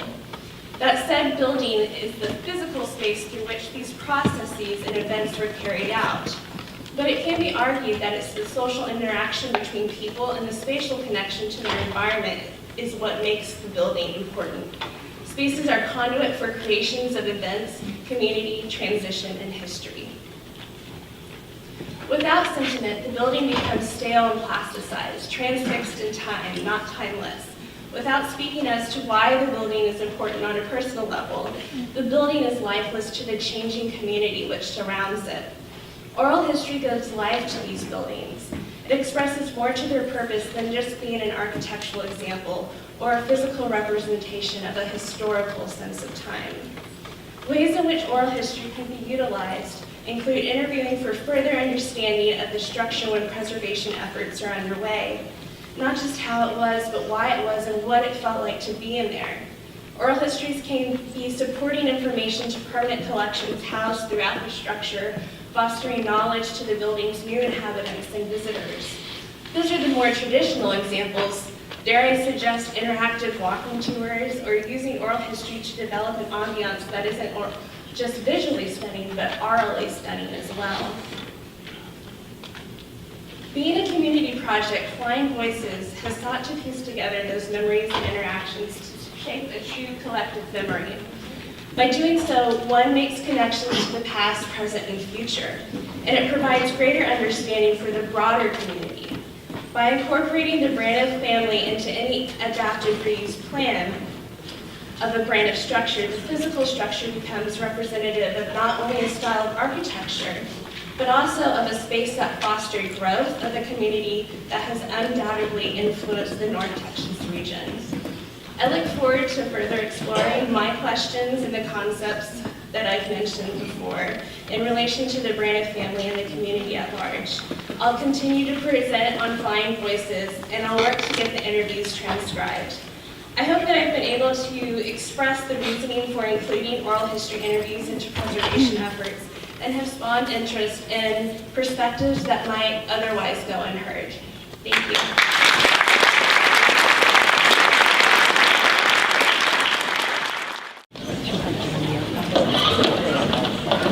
To fight the battle for men's stomachs, Braniff International has set up an executive board of chefs.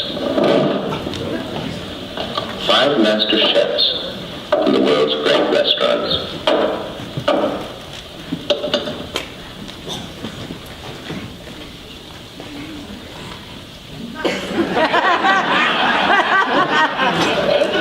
They prepare our menus and meet to consider the results. They are not airline chefs. That's why our food does not taste like airline food.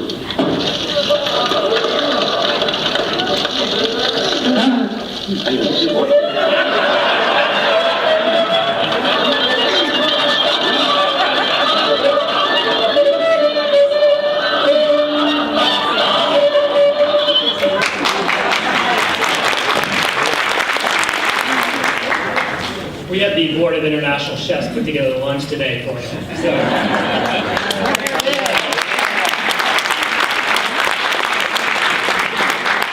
Well, our first speaker this afternoon is going to be Bob Fessel. He's going to talk about the architecture of the Braniff operations and maintenance case. Thank you, David. Oh, okay. I'm going to talk about architecture of the Braniff operations and maintenance base, as David said. I'm an architect. I am not an expert on this building. I have known this building for many, many years. I grew up in Irving. My father worked at Texas Instruments on the Lemon, now the Raytheon building next to the Home Depot. And at that time, people didn't have 2 cars. We had 1 car, a 1963 Rambler station wagon. And my mother would take my father to work, and I would ride along with them. And we would go down Lemon Avenue and past the ops center, the ops space. And it was even back then, as a 7-year-old, 8-year-old, boy, I was quite fascinated with that building. It was by far the coolest building along there. But I didn't really know much about it. It had this huge Braniff sign on it. So, as I've come back to this, it's been fascinating to me. Let's see here. There we go. So, as an architect, when I look at a new building, come to a building, I try to understand what was in the architect's minds, what might have influenced them as they designed a building, what impact was there on them that led to a building turning out a certain way. So today I'm going to talk a little bit more actually about the architects of the building and what was influencing them and how that might have shaped their design of the operations center, which is or operations and maintenance place. The architects were William Pereira on the left and Charles Luckman on the right. William Pereira is one of only about 6 architects to ever be featured on the cover of Time magazine as an architect. And Charles Luckman was also featured on here, but as a businessman. He was actually an executive at the head of Lever Brothers, which made soap, cups, and other things, before he became an architect. But they were both born in 1909, an interesting year. We'll come back to maybe why that's interesting. They both went to the University of Illinois and studied architecture. And that's where they would have met. All right, so we're going to get into some fairly obscure things here. This is Le Corbusier, and Le Corbusier is one of the seminal figures in modern architecture in the 20th century. The first thing he did was start the tradition of architects wearing funny glasses. A tradition which carries on to this day. But he also wrote a book, and this book was Toward an Architecture. And that's the original French version of it on the left, published in 1923. And it was published in English in 1927, which coincidentally was the year that Pereira and the Luckman would have entered architecture school. This book is still read today. I've owned at least 2 copies of it, maybe 3. And it is still a highly influential book. And it was likely to have been any student, architecture student's readings in the 1920s. This book was published right after the end of World War I, and the carnage of that war, and the shock and the fall of all of the major empires of the world, created a new modern movement and a new way to look at the world, and a turning of the, particularly artists and architects' backs on the past. And they were really looking towards a new future. This book is often called Towards a New Architecture as a result. One of the things that Corbusier admired was the industrial age. We were in, the great things were being done. And cars were becoming sleek and streamlined. And there were ships and trains. And he admired this greatly and became very influential in modern architecture, but including airplanes. And I'm going to say right here, I'm going to weave a picture about how Carrera and Luckman came to design the Braniff operations and maintenance base. It is mostly surmise, and it is mostly personal opinion. So,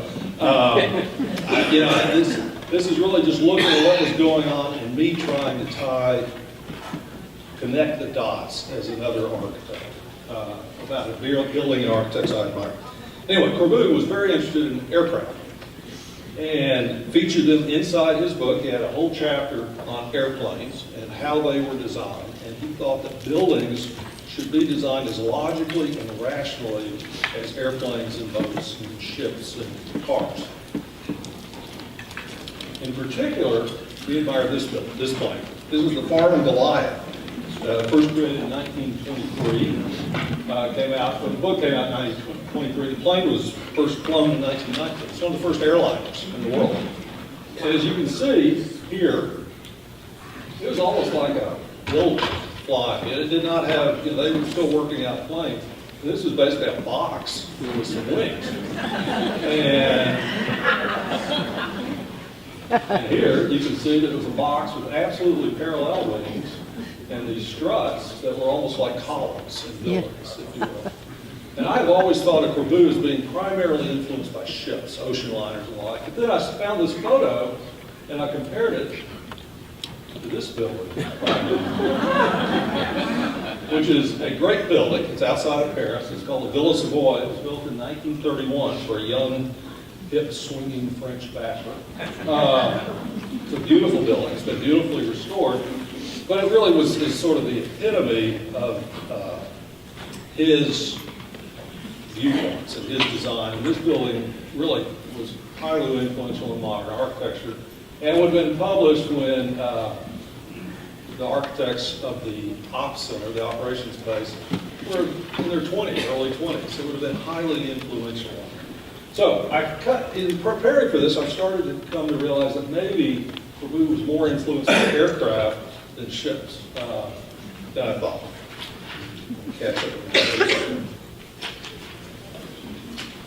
Okay.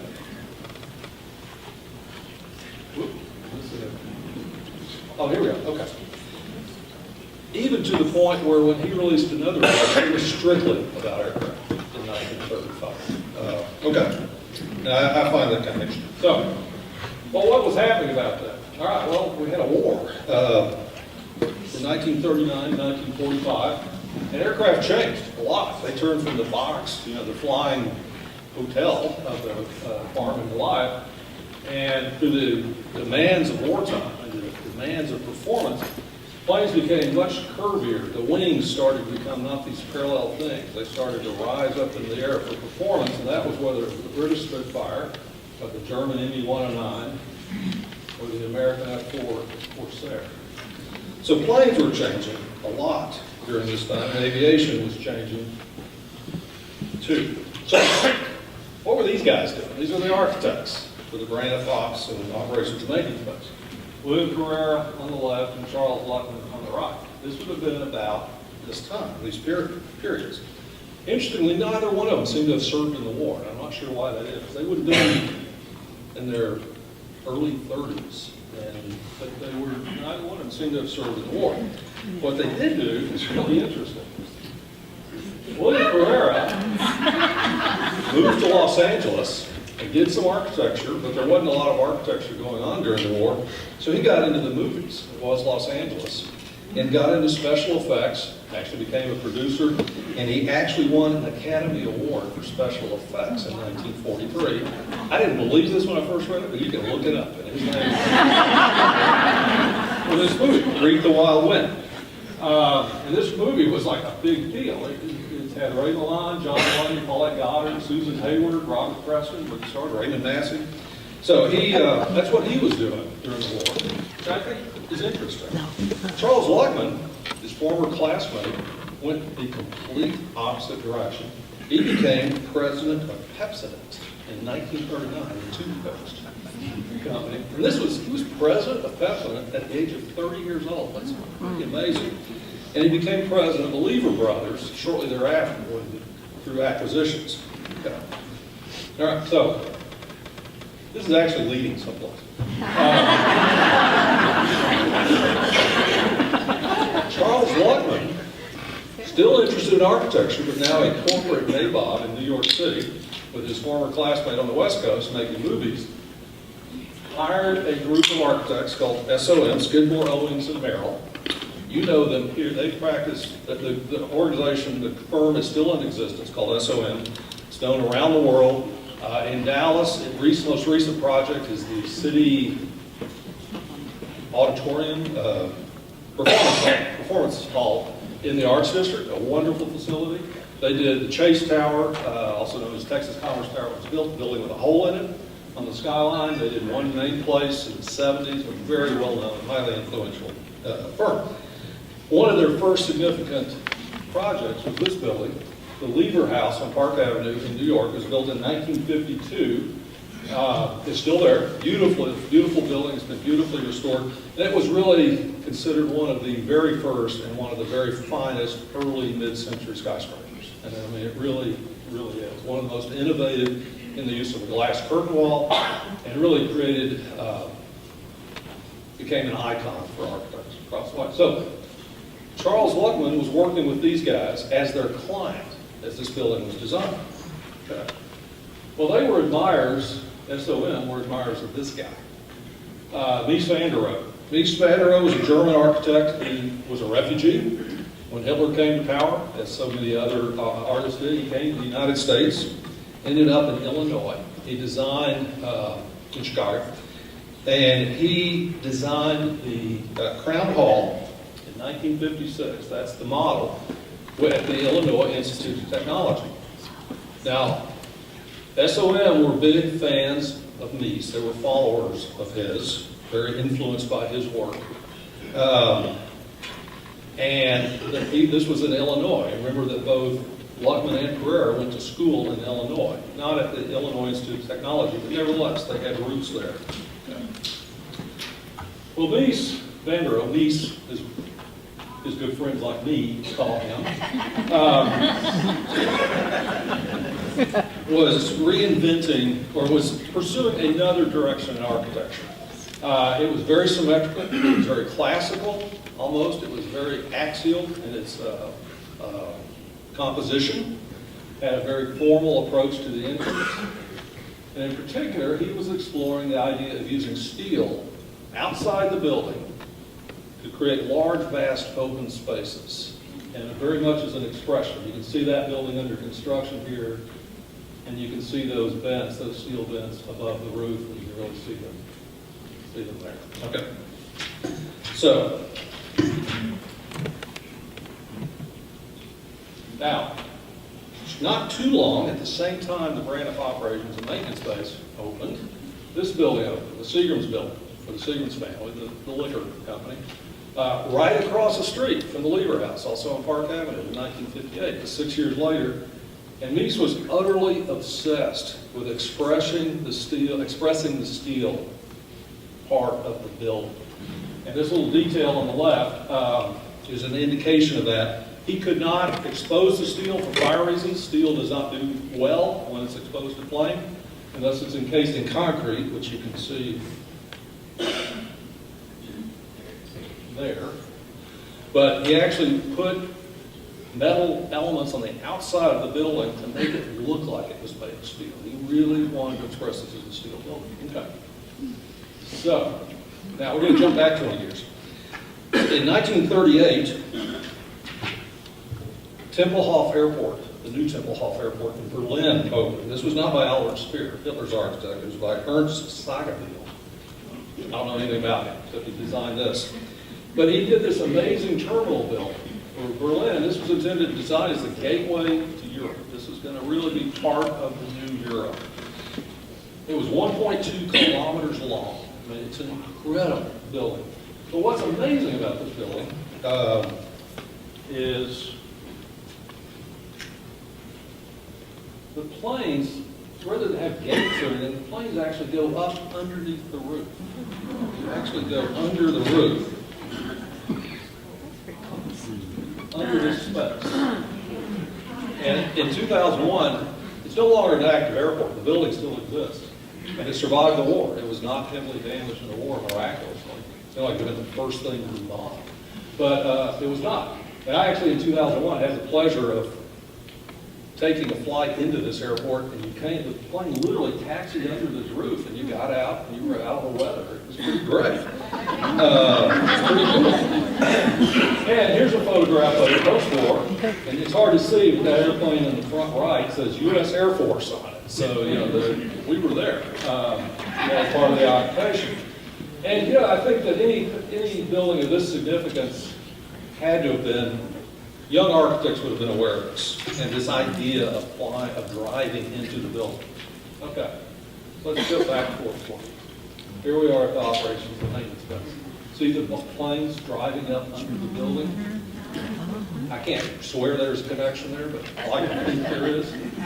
But there are several things about this that I think where all these influences start to come back together. You see a very symmetrical organization, much like Mies van der Rohe was pursuing. You see a very formal entrance leading to the courtyard, which is still there today, and on into the main lobby space.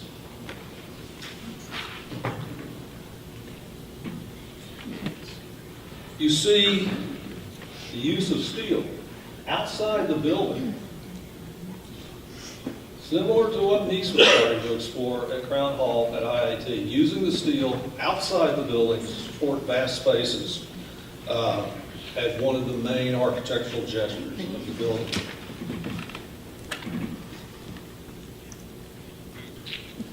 I even start to see, when I look at the curtain wall that fills in the lobby spaces on the north side, the linen side, similarity between that curtain wall and the Lever House curtain wall, which Charles Luckman had commissioned and worked closely with the architects.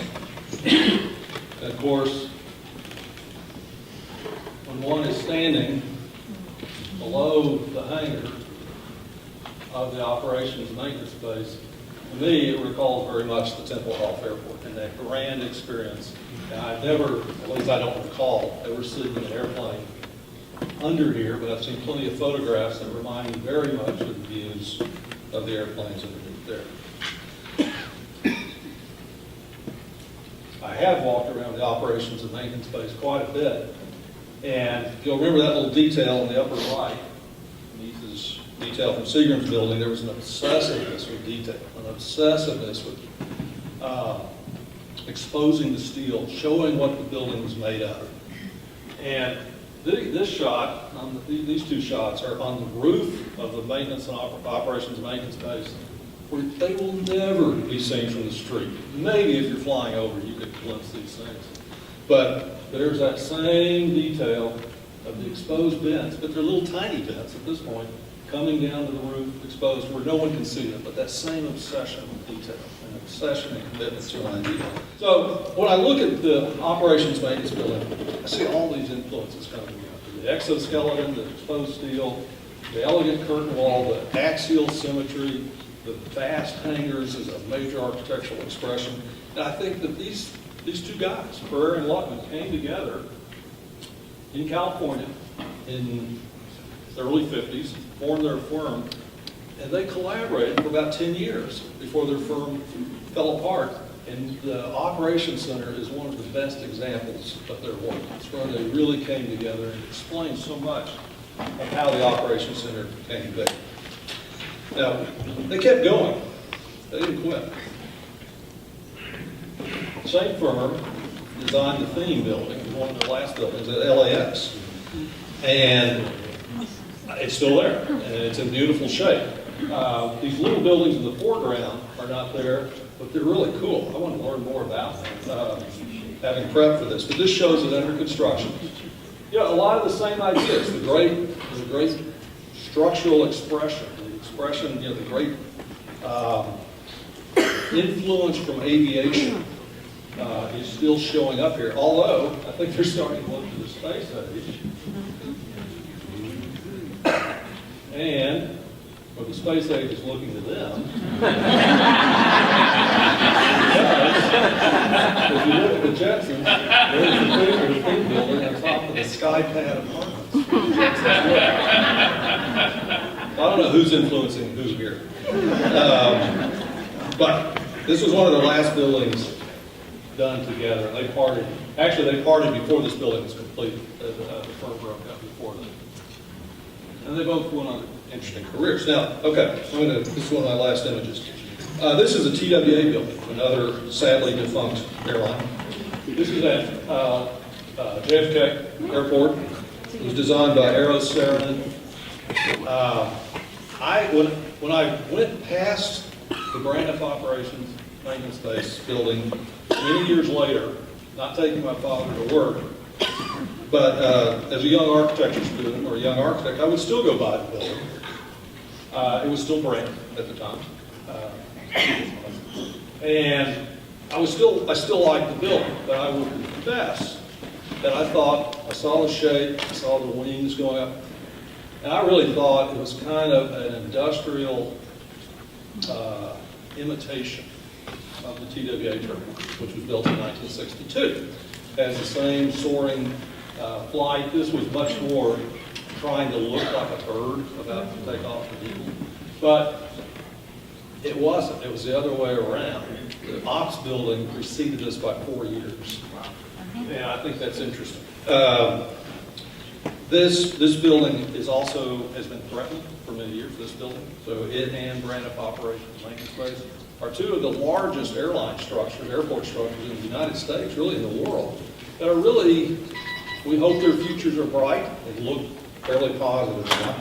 But I am struck by this in that some of the influences of working on Eros Saarinen, great Eros Saarinen who designed this, were probably still at work or were working on William Carrera and Charles Lockman at the same time.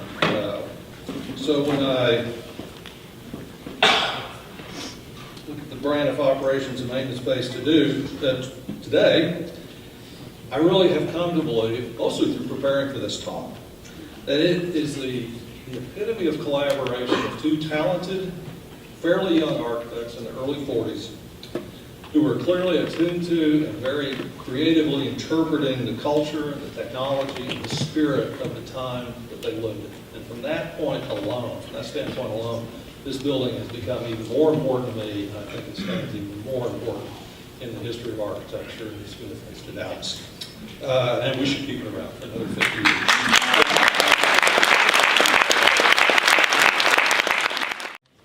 So now that the surf and turf has probably hit its peak, let me do one thing. Everyone who either worked or had been in the operations and maintenance space at one time, please stand up. Give you a chance to stretch as well. We weren't in the operation.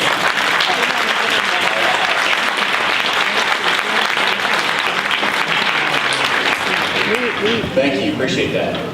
So really this effort is for you guys. We had embarked on this 4 years ago, and you wonder, okay, well, who is this guy? So let me tell you what happened, is that, as my wife likes to remind me, I'm not a native Texan. She reminds me that often.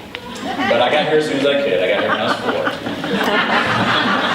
And on that trip from Phoenix, Arizona to Dallas International Airport, at that time obviously it had already switched to DFW, I flew a Braniff 727. We were pretty loyal Braniff customers already anyway, but that was the first one that really stood out to me because I'll tell you there's two stories. One is because of the hostesses. One thing that my mom always related, it was that I'm a child of the 70s and early 80s, and so I measured everything in Gilligans, how many Gilligans it took to breakfast. So the hostess had overheard this, and every time she would pass by, she'd say, 2 more Gilligans. One more Gilligan. Right? So that was obviously a personal story of mine. So I have a great passion for Braniff. I attribute that to some of the passion that I have. 14,000 hours of flying later was really because of you guys. So this is a tribute to you guys. So I broke this down, and the title of this thing is Anatomy, and most of it is because if I were going to talk not analytically, then we'd be here probably all day about this building. But as Bob's done a great job of telling you the architectural features, I'm going to tell you more about the preservation effort on what we've done so far, and some of the interesting things that we've uncovered through the process of trying to save the building. So first is kind of a background. Bob gave you the architectural, but there's also a significance in history regarding this building. And first and foremost is just giving you a background. So March 21st, 1957, there's the picture of the groundbreaking at the Philadelphia Airport there. We don't really know exactly how much this building cost, but we know it's probably in the $6.5 million range. That's the last number that we kind of got. I'm sure it went over by quite a bit because of the change orders that went in. Bob knows about change orders. And then it was also interesting because it was the first project that was funded by a new mechanism that the state of Texas had just initiated about issuing municipal bonds for airports. So this was the very first building that was taking advantage of that feature. And then also, it was really the cornerstone of the entire east side development of the airport. Lemon Avenue had just been built into the nice 6-lane that you still see today. That was done in 1954 in preparation for all this. The Braniff building was, of course, the first one. American had followed along with Delta. Those buildings are still there and in various states of disrepair itself. But it really was the cornerstone of the whole east side development.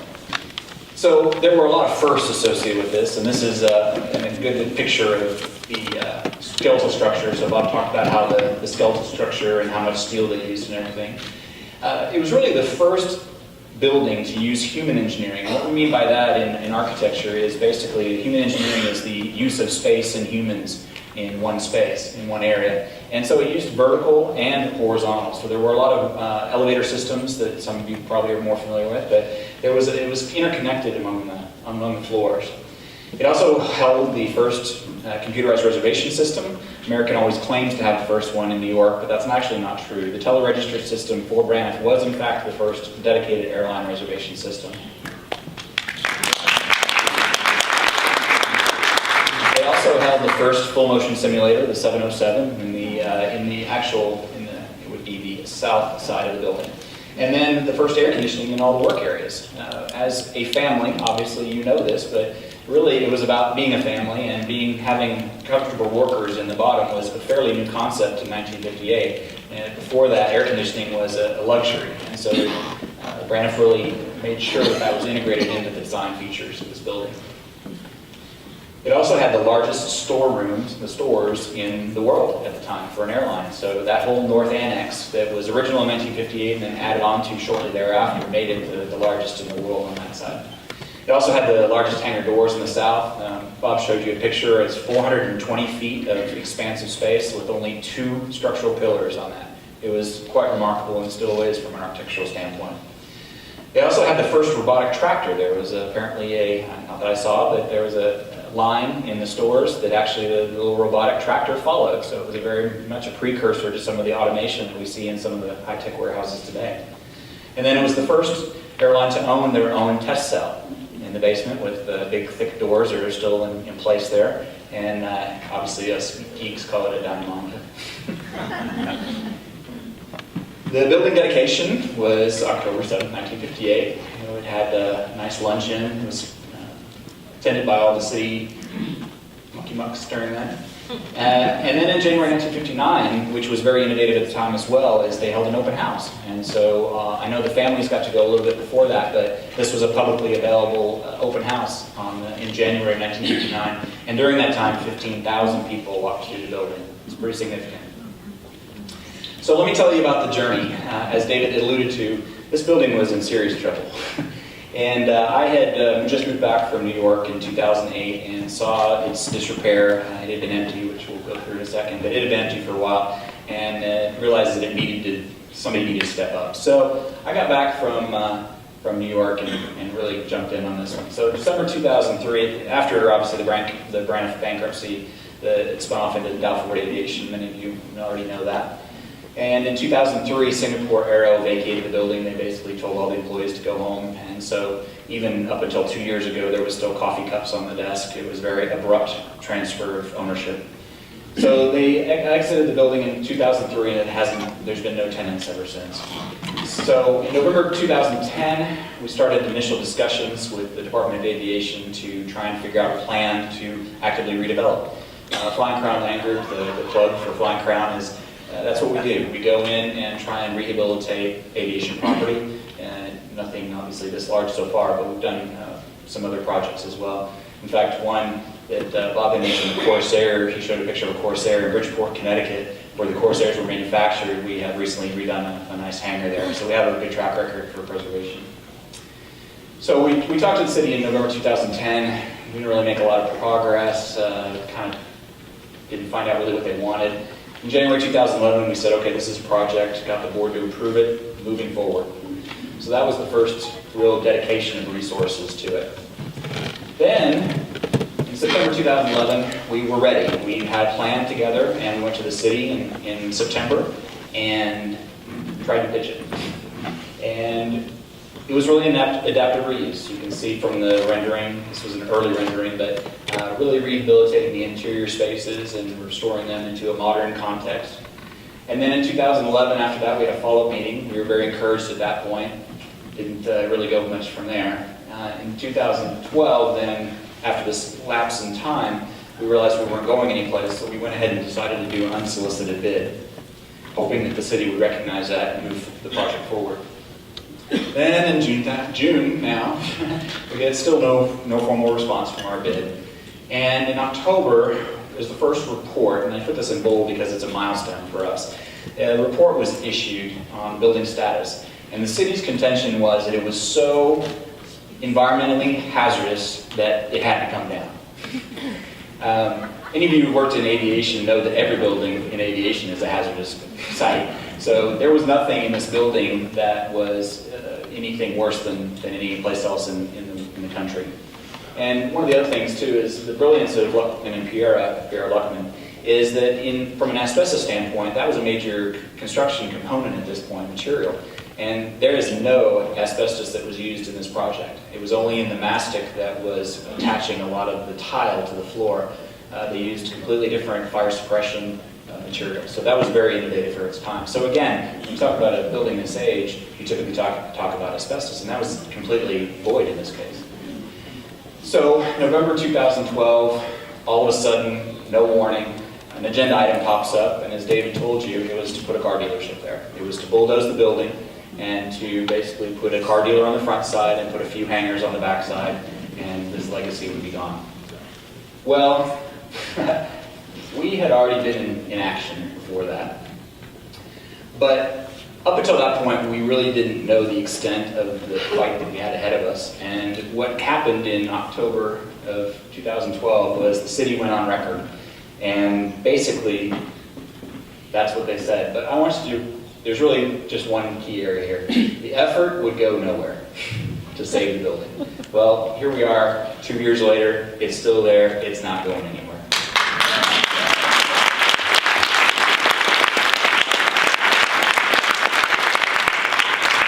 So after comments like that, and comments from the Department of Aviation saying that I want to drive the bulldozer that bulldozed the building, we did a public information request. And the great thing about public information requests, they got to give it to you. So in January 2013, we found out what this master plan was for the airport. And basically, you can see here, this is actually Lemon Avenue along here. And the red part was a plan to put retail. They wanted to put retail and buffer aviation from everyone else. Now, as passionate as I am about aviation, that's the last thing I want, is a separation between the public and aviation. We need to know what is going on, and we need to help the community understand the benefits of aviation. So this plan was a no-go for me. First, because it converted aeronautical use land into non-aeronautical uses, which also violated their master plan and their federal funding. So we were kind of keeping a watch on that. But also, it just isn't good for the community as well. Also, you notice that they wanted to close this runway as well, which the FAA had something to say about that as well. So this was their master plan. Well, when we started to look at how to mobilize to stop the demolition, these are the things that kind of came into play. First is we have the National Park Service, who through the Section 106 process has clearly defined what a historic building was. And luckily, the 50-year mark had been passed by the time we entered into this project. So we had some leverage on that side. We also have the Department of Transportation, since it's sat on a federally funded airport, they are also involved through something called the 4F process. So there's also oversight by the FAA. Then we have the Texas Historical Commission, who under the Texas law has the Antiquities Act, Title 9, Section 191, that also covers publicly owned buildings. This building is owned by the City of Dallas, so we have that going for us as well. And then finally, we hadn't gone the nuclear option, but we did brief the Landmark Commission, and they indicated that they wanted to be a consulting party on the project. So we also have Dallas law with us that if it in fact is deemed a historical structure, then there's some teeth behind those things. So one footnote to that is, since this entire fight has begun, I was appointed, luckily enough, by my council member to the Landmark Commission, and we also have two fellow Landmark Commissioners here, and so I want to give a shout out to them. Michael Eminent and Chris Jordan are in the audience as well.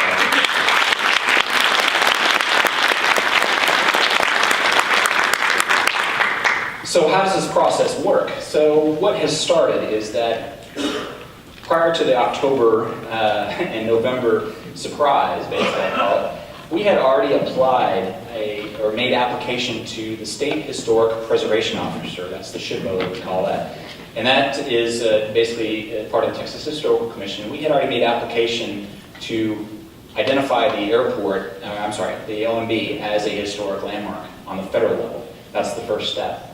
The second part is that they then notified the airport of our intent, and we also had to publish in the paper that it was our intent under the Antiquities Act to name this building, since it was a public building, as a historic landmark. Then we get into the actual determination process. Prior to that point, we had been trying to do a grassroots effort and build awareness, and so thanks to David and his predecessor, Preservation Dallas, they really rallied to our cry as well, and wrote letters, basically the Texas Historical Commission, indicating their support of the project and its historic significance to the City of Dallas. In addition, they got letters from National Historic Preservation Trust. Mr. Fiesel also had the DOCOMO, he rallied that area.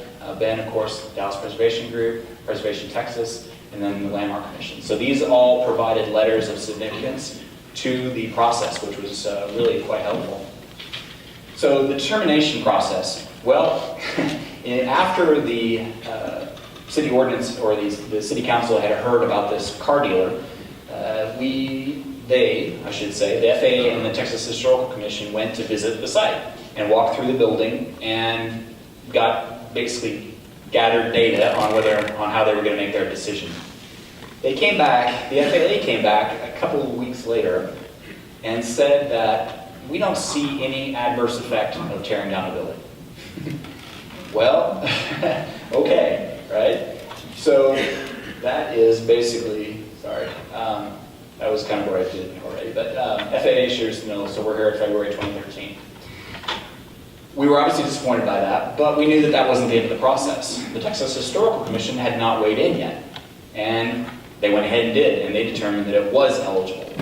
So now we have the FAA saying one thing, the Texas Historical Commission saying another. What happens now, right? So what happens is that this triggers another process that goes all the way to the National Park Service to the keeper. There's an actual keeper of the National Historic Register, and they make the final determination on whether it's eligible or not. And as you can imagine, with my confidence, they said yes, that it was in fact eligible. And this is the statement that they made. So basically, the design incorporated modern materials to create a distinctive modern age facility that reflected Braniff's progressive attitudes and commitment to high quality design and aesthetics. So they basically stopped the process of any demolition that would occur on the building. So we were very happy.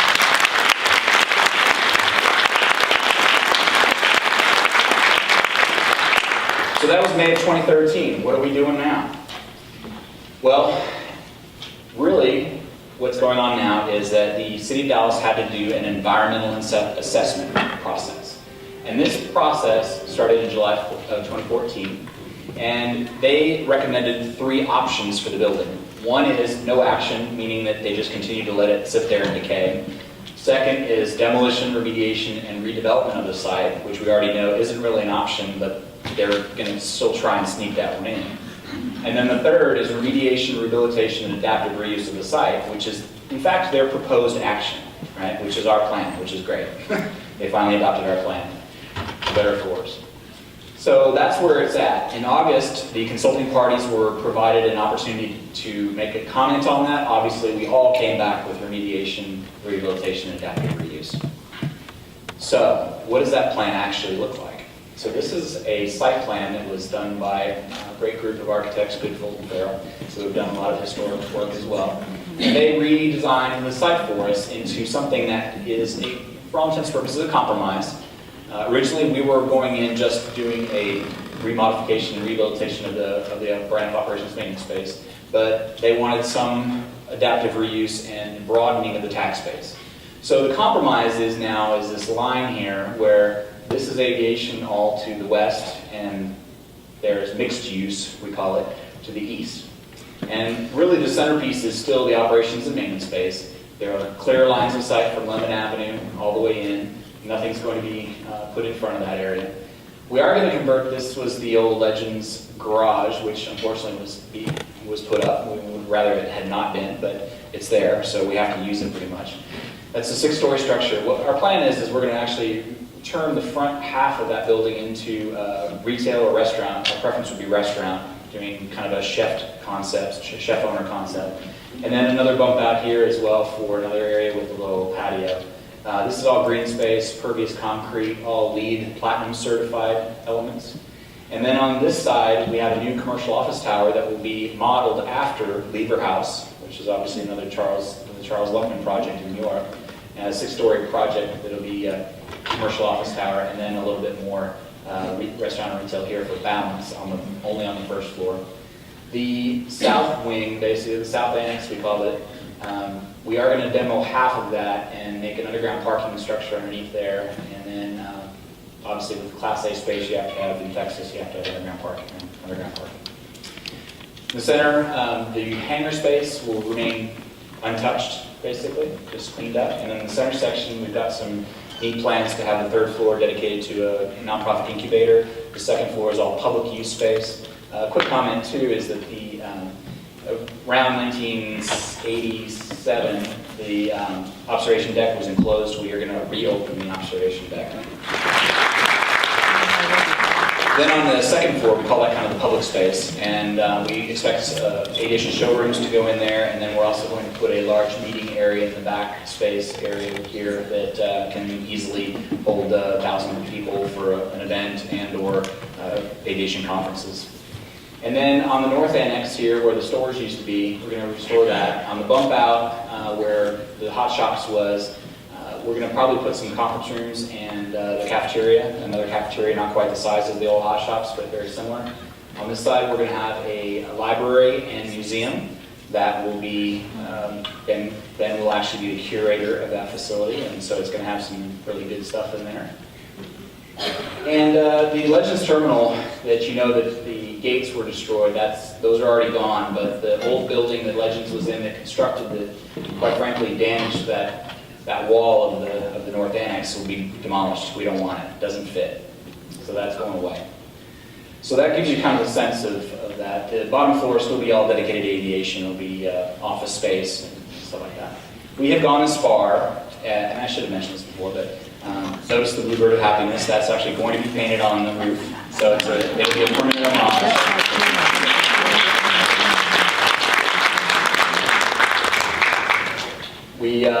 We were originally going to go back to all the way to the 58 and just have the words Braniff, but we thought that this was more appropriate and more idealistic stylization of Braniff, so that's why we went to that direction. We have gone as far as making a model. This is a picture of the model. This is not a rendering of any kind. This is actually a model that we built. And so you can see how we're trying to do the scale appropriately, taking into account that they built this monstrosity on this side. So we're really trying to balance out the property and utilize it for good. So office tower, obviously the step back of the Lever House, etc. So that gives you a sense of that. So what are the next steps? I got to tell you, we're out of the woods as far as the demo, but we're not quite there all the way on getting this done. Okay, we still have a ways to go. The environmental assessment has to be complete. We expect that in November. The city has to still enter into negotiations for the land lease, and we feel like we are consistently and will always be the keepers of the Braniff brand as we move forward. So we really hope that obviously we're selected for that. The other is when the land lease is done, they have to submit 30% of the plans in order to meet compliance. And then we have an ongoing project review on Section 106. So I would encourage you, as a kind of a call to action, is to continue to watch this process and still contact your Dallas City Council member and tell them that this plan is what you want to see as an adaptive reuse and move forward with it. So everyone in this room is invited to the grand reopening on October 7th, 2018.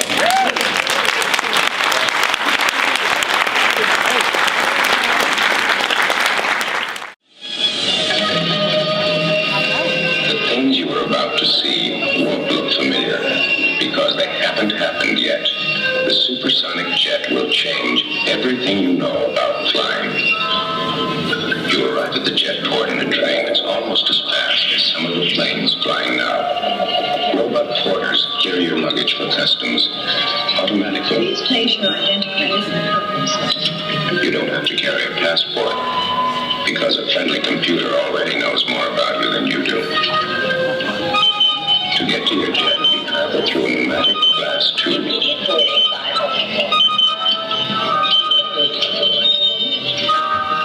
There's no waiting in this supersonic age, and very little walking. This is your purser speaking. We recommend setting your mood controls at 19 for takeoff.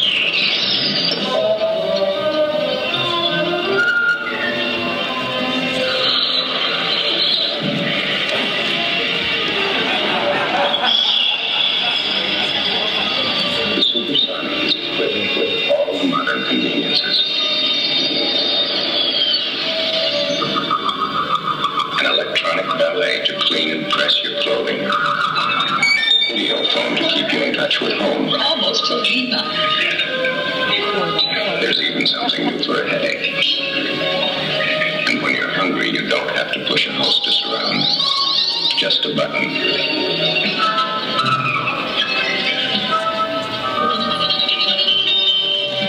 Entertainment, you can watch one of 3 different movies.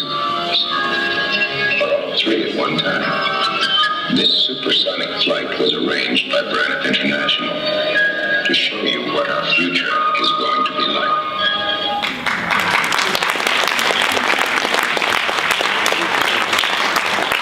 Well, I hope travel in the future will be as easy as it is made out to be on there. But I also love the clip about the friendly computer that knows all about you. I'm all too familiar these days with the friendly computer. Well, I'm going to talk about the jet rail system, which we kind of touched on earlier today. This monorail system was built for Love Field. It was the first of the kind in any airport, opening in 1970. The $2 million project was designed by Pierce Lacey and Associates of Dallas, and the monorail system was designed and built by the Stanray Corporation of California. Steel columns 25 to 30 feet high held up the support rails for the monorail system, and it covered a distance of over 7,000 feet from the parking area to the terminal. Passengers could drop off their car at the valet.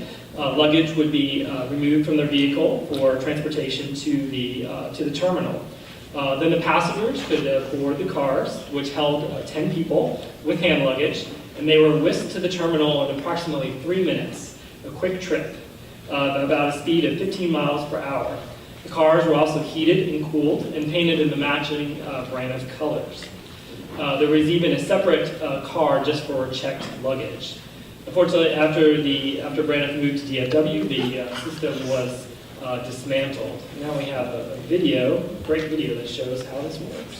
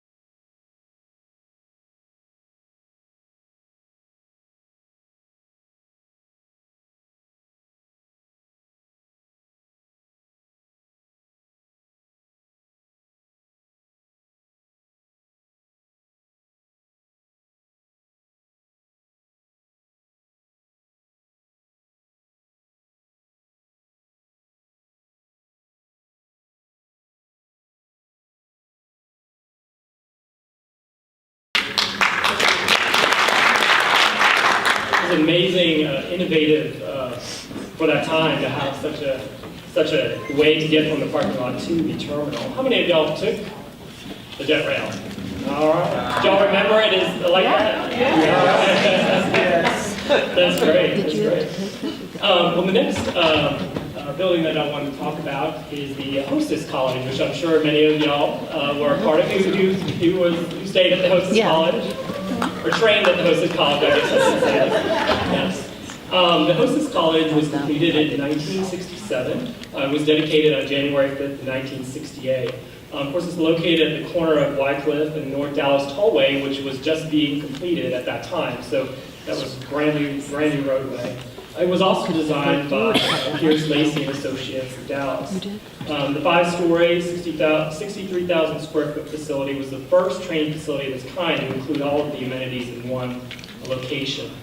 Of course, the main floor contained the entrance and lobby, the living room, the dream parlor / fire pit, or passion pit, as it was also known. Of course, it had the dining room, auditorium, the beauty salon, exercise room, and the kitchen. The second floor contained the classrooms and also plain interior mock-ups where the hostesses trained.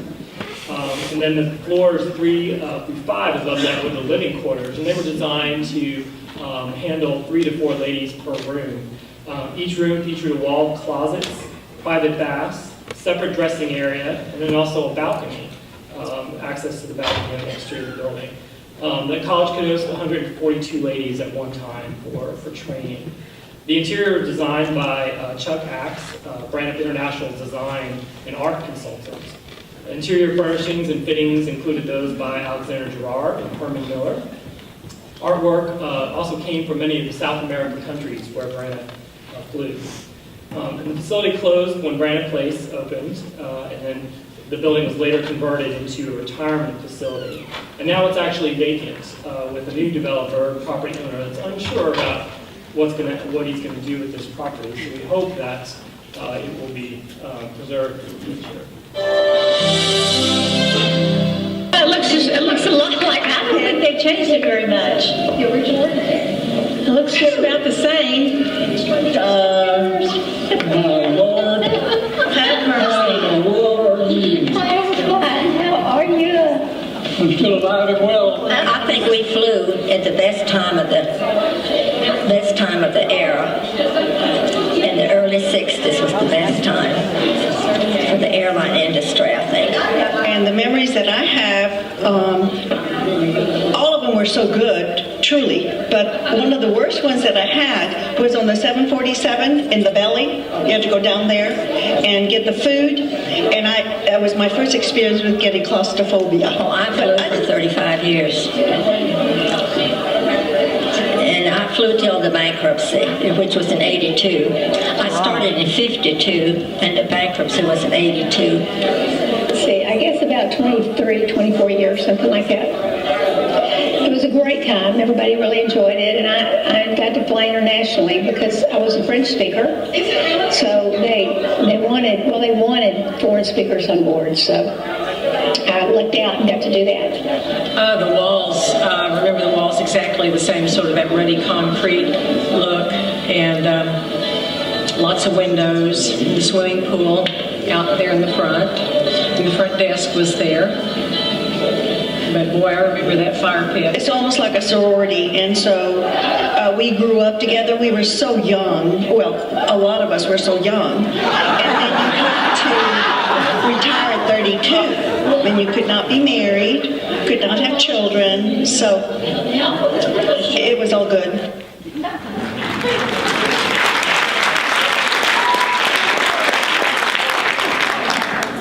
So we want to recognize the architect that worked on both of these two previous projects, John Allen Pierce, who's here with us in the audience today. If you'd like to stand up and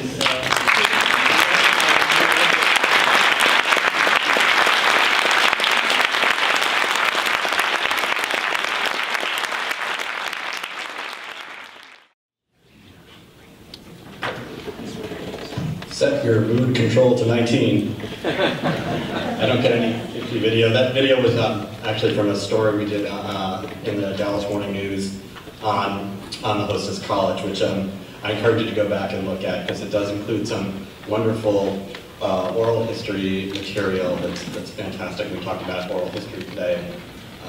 I agree that's fantastic. Way to get in touch with these buildings, and I'll talk a little bit about that some more. Unfortunately, David, I'm also going to talk about this building a lot, and God, it's terrible to go last. Everybody always steals your thunder.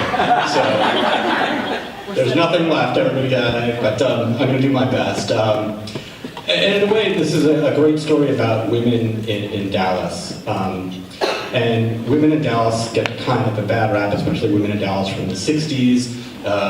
The history of the sort of toxic participation in the political world on the one hand, and on the other hand, sort of stereotype of the Dallas blonde, shall we say. But this is really a story about incredibly smart, interesting women leading and being creative, and so it's really a different way of looking at a group of people that maybe we don't think about the way we should entirely.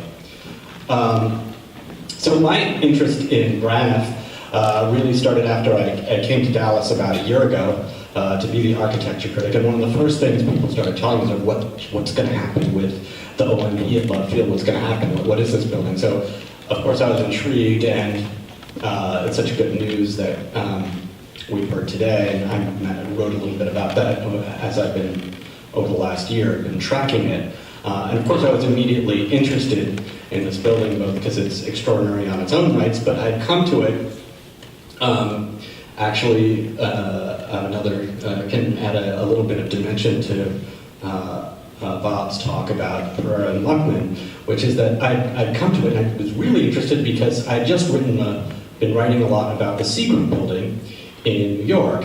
And actually, Pereira and Luckman had some relationship with that building besides being influenced by it, which is that when the Seagram Company chairman, Charles Bronfman,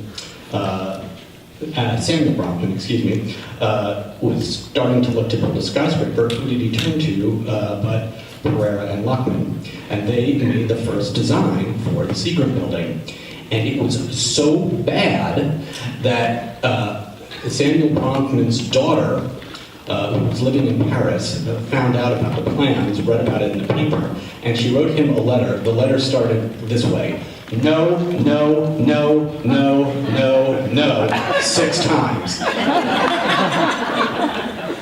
She proceeded to return back to New York to take over the project, dispense with Pereira and Luckman, and eventually commissioned Nice to make this building. In fact, they would have been very, very, very aware of what this building was because they lost the job. So there's a first strong woman we have in this story. So the energy they didn't put into the Seagram, shall we say, they found its way here in this wonderful, wonderful project. And learning about it here was a sort of entree into this Braniff and how the architecture of Braniff and the entire aesthetic of Braniff, it really becomes this vessel in which Dallas tries to become modern, as my friend Peter Brown, who's sitting, an architect, wonderful architect sitting in the audience today. So Braniff is really this company that's introducing a modernism into Dallas, into an entire kind of cosmopolitan life here. And it was really exciting for me to sort of discover that. And that design really came from Mary Wells, of course, another strong, powerful woman from New York who would end up marrying Harvey Lawrence. But it was she who introduced this idea of, the end of the plane, and really that every aspect of the airline was going to be reinvented from the moment you heard about it to the moment you walked off the plane. It was going to be a complete environment, and it was going to completely change the way you understood what an airline could be. And the girl, the women, we brought in Poochie, so our girls would be smoochy. Every single aspect would fall under the purview, the graphics, the architecture, the women, the food, you got it, the whole thing, soup to nuts. And of course, Alexander Gerard is hired to really supervise this as a sort of the key visionary, this sort of multi-dimensional architect, designer with this fabulous, optimistic, colorful, playful palette, and also a very strong interest in South American arts and crafts. And this is really perfect for Braniff with its large number of routes to those locations. And he's kind of the perfect man to reinvent this airline. And just think about how revolutionary this is at that time. Companies weren't using design to really brand themselves in a total way back then. Today it's something familiar. You think of a company like, say, Apple, which is a complete brand driven by design. But that wasn't the way corporations thought in 1965. So this was really, really innovative stuff. So naturally, to come back, when I come down here and I was introduced to this building, this got me to start thinking and looking around and thinking, well, what are the other, legacy Braniff buildings in Dallas that I can investigate and want to discover? And I learned that this building, this anonymous building at the foot of Whitecliff that I've been driving by every day, twice a day, taking my kid to school, was in fact not originally the Parkgate retirement home. This building is sort of white, blank walls with bars on the balconies. But this was actually the Braniff Hostess College, lo and behold. So I decided one day, well, what the hell? I'm just going to drive up and see what's going on in there. And this is a little bit crazy, so I drive up and I kind of figured there's no way on earth I'm going to get into this building because I'm from New York, and if you try to drive up to a retirement home unannounced, you end up in a different kind of building with bars. So this was an early lesson in Dallas hospitality, because the moment I drove up, I was embraced. And I walked in and I discovered this, I drive up and I'm allowed in and I discovered this wonderful, wonderful building. And it's like a timepiece wrapped in amber, or actually wrapped in beige, right? Everything's sort of been beige down because it's a retirement home. Yet the bones of what it was are still there. It's so true. This incredibly sexy lounge pit, the passion pit, and the walls, which are made of this sprayed concrete or gunite, which are sort of rough textured and slick at the same time, very sexy, and the black. And of course, the sexiness of it is all sort of a little weird because everybody's moving around it with a walker and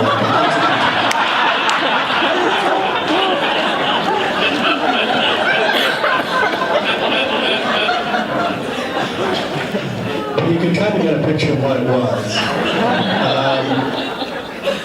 And the thing was, what was great was that those women and men who were there, the elderly, and they loved it. It was beige, it wasn't, it had been grayed down, and I think unfortunately because the idea is that, when you're older, all that color will upset people, and I think maybe that's untrue. And there's now guardrails around the passion pit.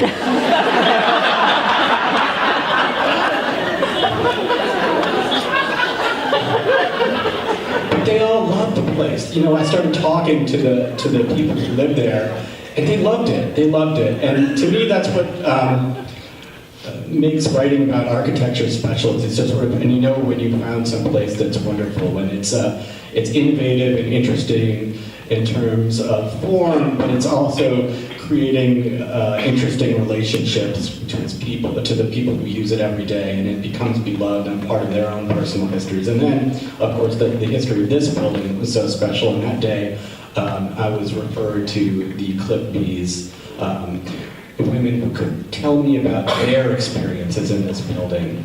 And I got in touch with some of them, especially Marcella Gleason. I didn't see her crazy Marcella, who's fantastic. And she was so wonderful at introducing me to the rest of the Clip Bees. And as you can see, this is a family here, and I felt completely embraced by it, and was able to really feel like what this building was like when they had the run of it, when they were sunbathing on the balconies and stopping traffic. Still could, I'm sure. You know, when every eligible bachelor in Dallas, when this was the single most desperate place they had to infiltrate. But they sure weren't going to get upstairs. And it was then at this time that I also got to know Jean Duncan. Jean, are you here? No, unfortunately not here today. But Jean was a hostess herself, and she had taken over the training program in the 60s. And I like to think of the project as kind of like Mad Men meets the Facts of Life. Everybody remembers the Facts of Life. And Jean was, I guess, the Mrs. Garrett of the Hostess College. But more than that. And actually, you can see her. Can we go forward here? Come on.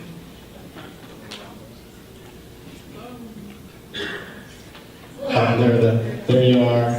One more. One more. And one more again. And there's Jean at the time of the launch. So this building cost $2 million to build. It's a great deal. And the executives at Braniff, I'm told, took to calling it Duncan's Palace. And she worked so closely with Alan Pierce, who's here. Alan, it's a bravo, and Neil Lacey, the other architect, traveling with them to the office of Chuck Axe in Hollywood to design this extraordinary building. You've heard a little bit about the details from David, but this is really, everything that you might need for the training of a modern hostess was here. 36 rooms, each completely different, done up with these colorful fabric panels on which students could tack up schedules and personal items, and those color palettes drawn from Gerard, and you could see them throughout the college. And one of the great stories I heard was that, the last night before the thing was going to open, all the hostesses and Ms. Duncan stayed up late pinning up molas, these South American tapestries that Gerard had collected, and tacking them up all over the lobby and the public spaces before, the mayor was going to show up the next morning, and he showed up in the rain, and it wasn't a good hair day. No one got to look as sharp as they wanted. And of course, another feature of the room was that there was an electronic alarm system connected to the front desk, so the room could be tracked. No men allowed up in the room for sure. And this is, I think this is very important. You think about the rules placed on what these hostesses were. They were going to be unmarried. They had to be ladylike, and this wasn't a training center. This was a college, right? And I think there's something very, very Dallas about this. That on the one hand, these women are treated like objects and created and coddled for their sexual appeal, and also yet we're expected to be completely chaste.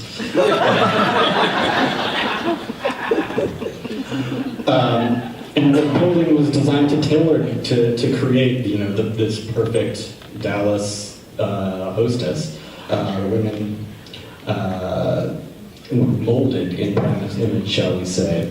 You had a 75-seat auditorium fronted by a model airline interior, as we've heard with the galley. We had a catwalk in one of the classrooms so they could simulate the amazing airstrip that we saw earlier today in their Gucci uniforms. There was a boutique in the basement, a beauty parlor, the powder puff room, and there was a gym, which had a silhouette room you better visit, because weight was tested regularly, and Marcella liked to tell me that if you didn't test out properly, you might end up sitting in a ceramic pig with a ceramic pig at your table, so don't worry about it. So to amazing how quickly times change, right?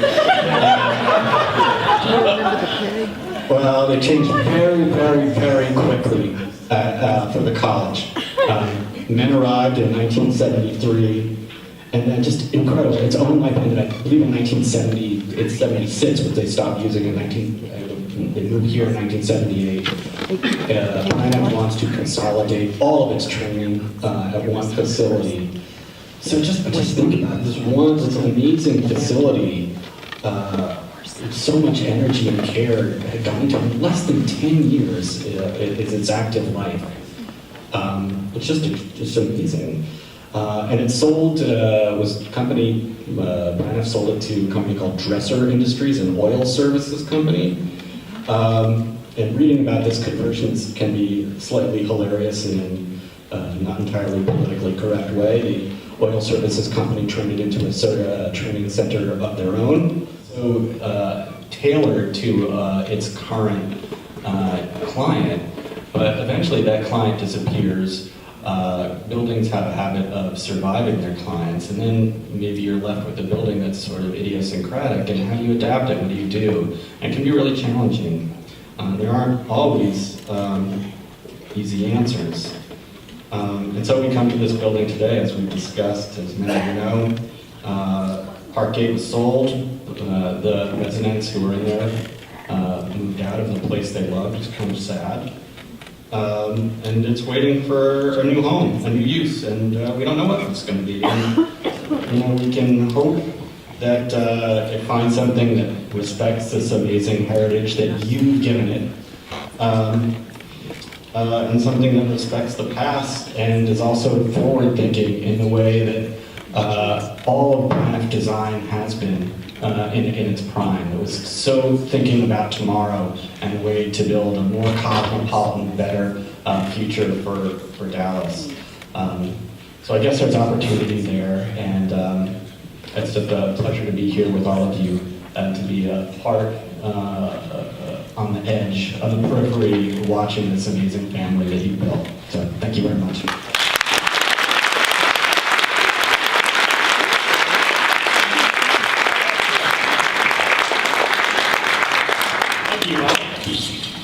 Well, we are getting down to the end here. Our time is almost coming to an end, but before we finish up, I wanted to talk a little bit about the building that y'all are actually in. Well, y'all are, of course, in the Braniff Place World Headquarters, which was designed to consolidate all of the Braniff offices and facilities into one location close to the newly opened airport. Of course, the operations and maintenance space still stayed in existence. The 340,000 square foot facility was designed by the international architectural firm of Welton Beckett Associates, who also designed Reunion Tower and the Hyatt Regency in downtown Dallas. Construction began in 1976, with the complex opening in 1978. It was $75 million, and it was designed in a campus-type facility built into the sloping site that we're on. So therefore, you enter at certain points of the building actually on the third floor and have to go down to the first floor. The complex was broken down into separate sections, each connected together, with the headquarters building on the south side, data center, the flight training facility, and then the recreation center and the hotel. A separate flight simulator building was also constructed along with a freestanding racquetball court building. And like I mentioned, the design of the buildings takes advantage of the sloping site, and that reduces the mass of the building. A 4-acre lake was created on the site, in addition to a 9-hole golf course, walking and running trails, outdoor pool, tennis courts, which were all for the use of Braniff employees and their families. Very forward-thinking at that time to be able to provide that to the employees.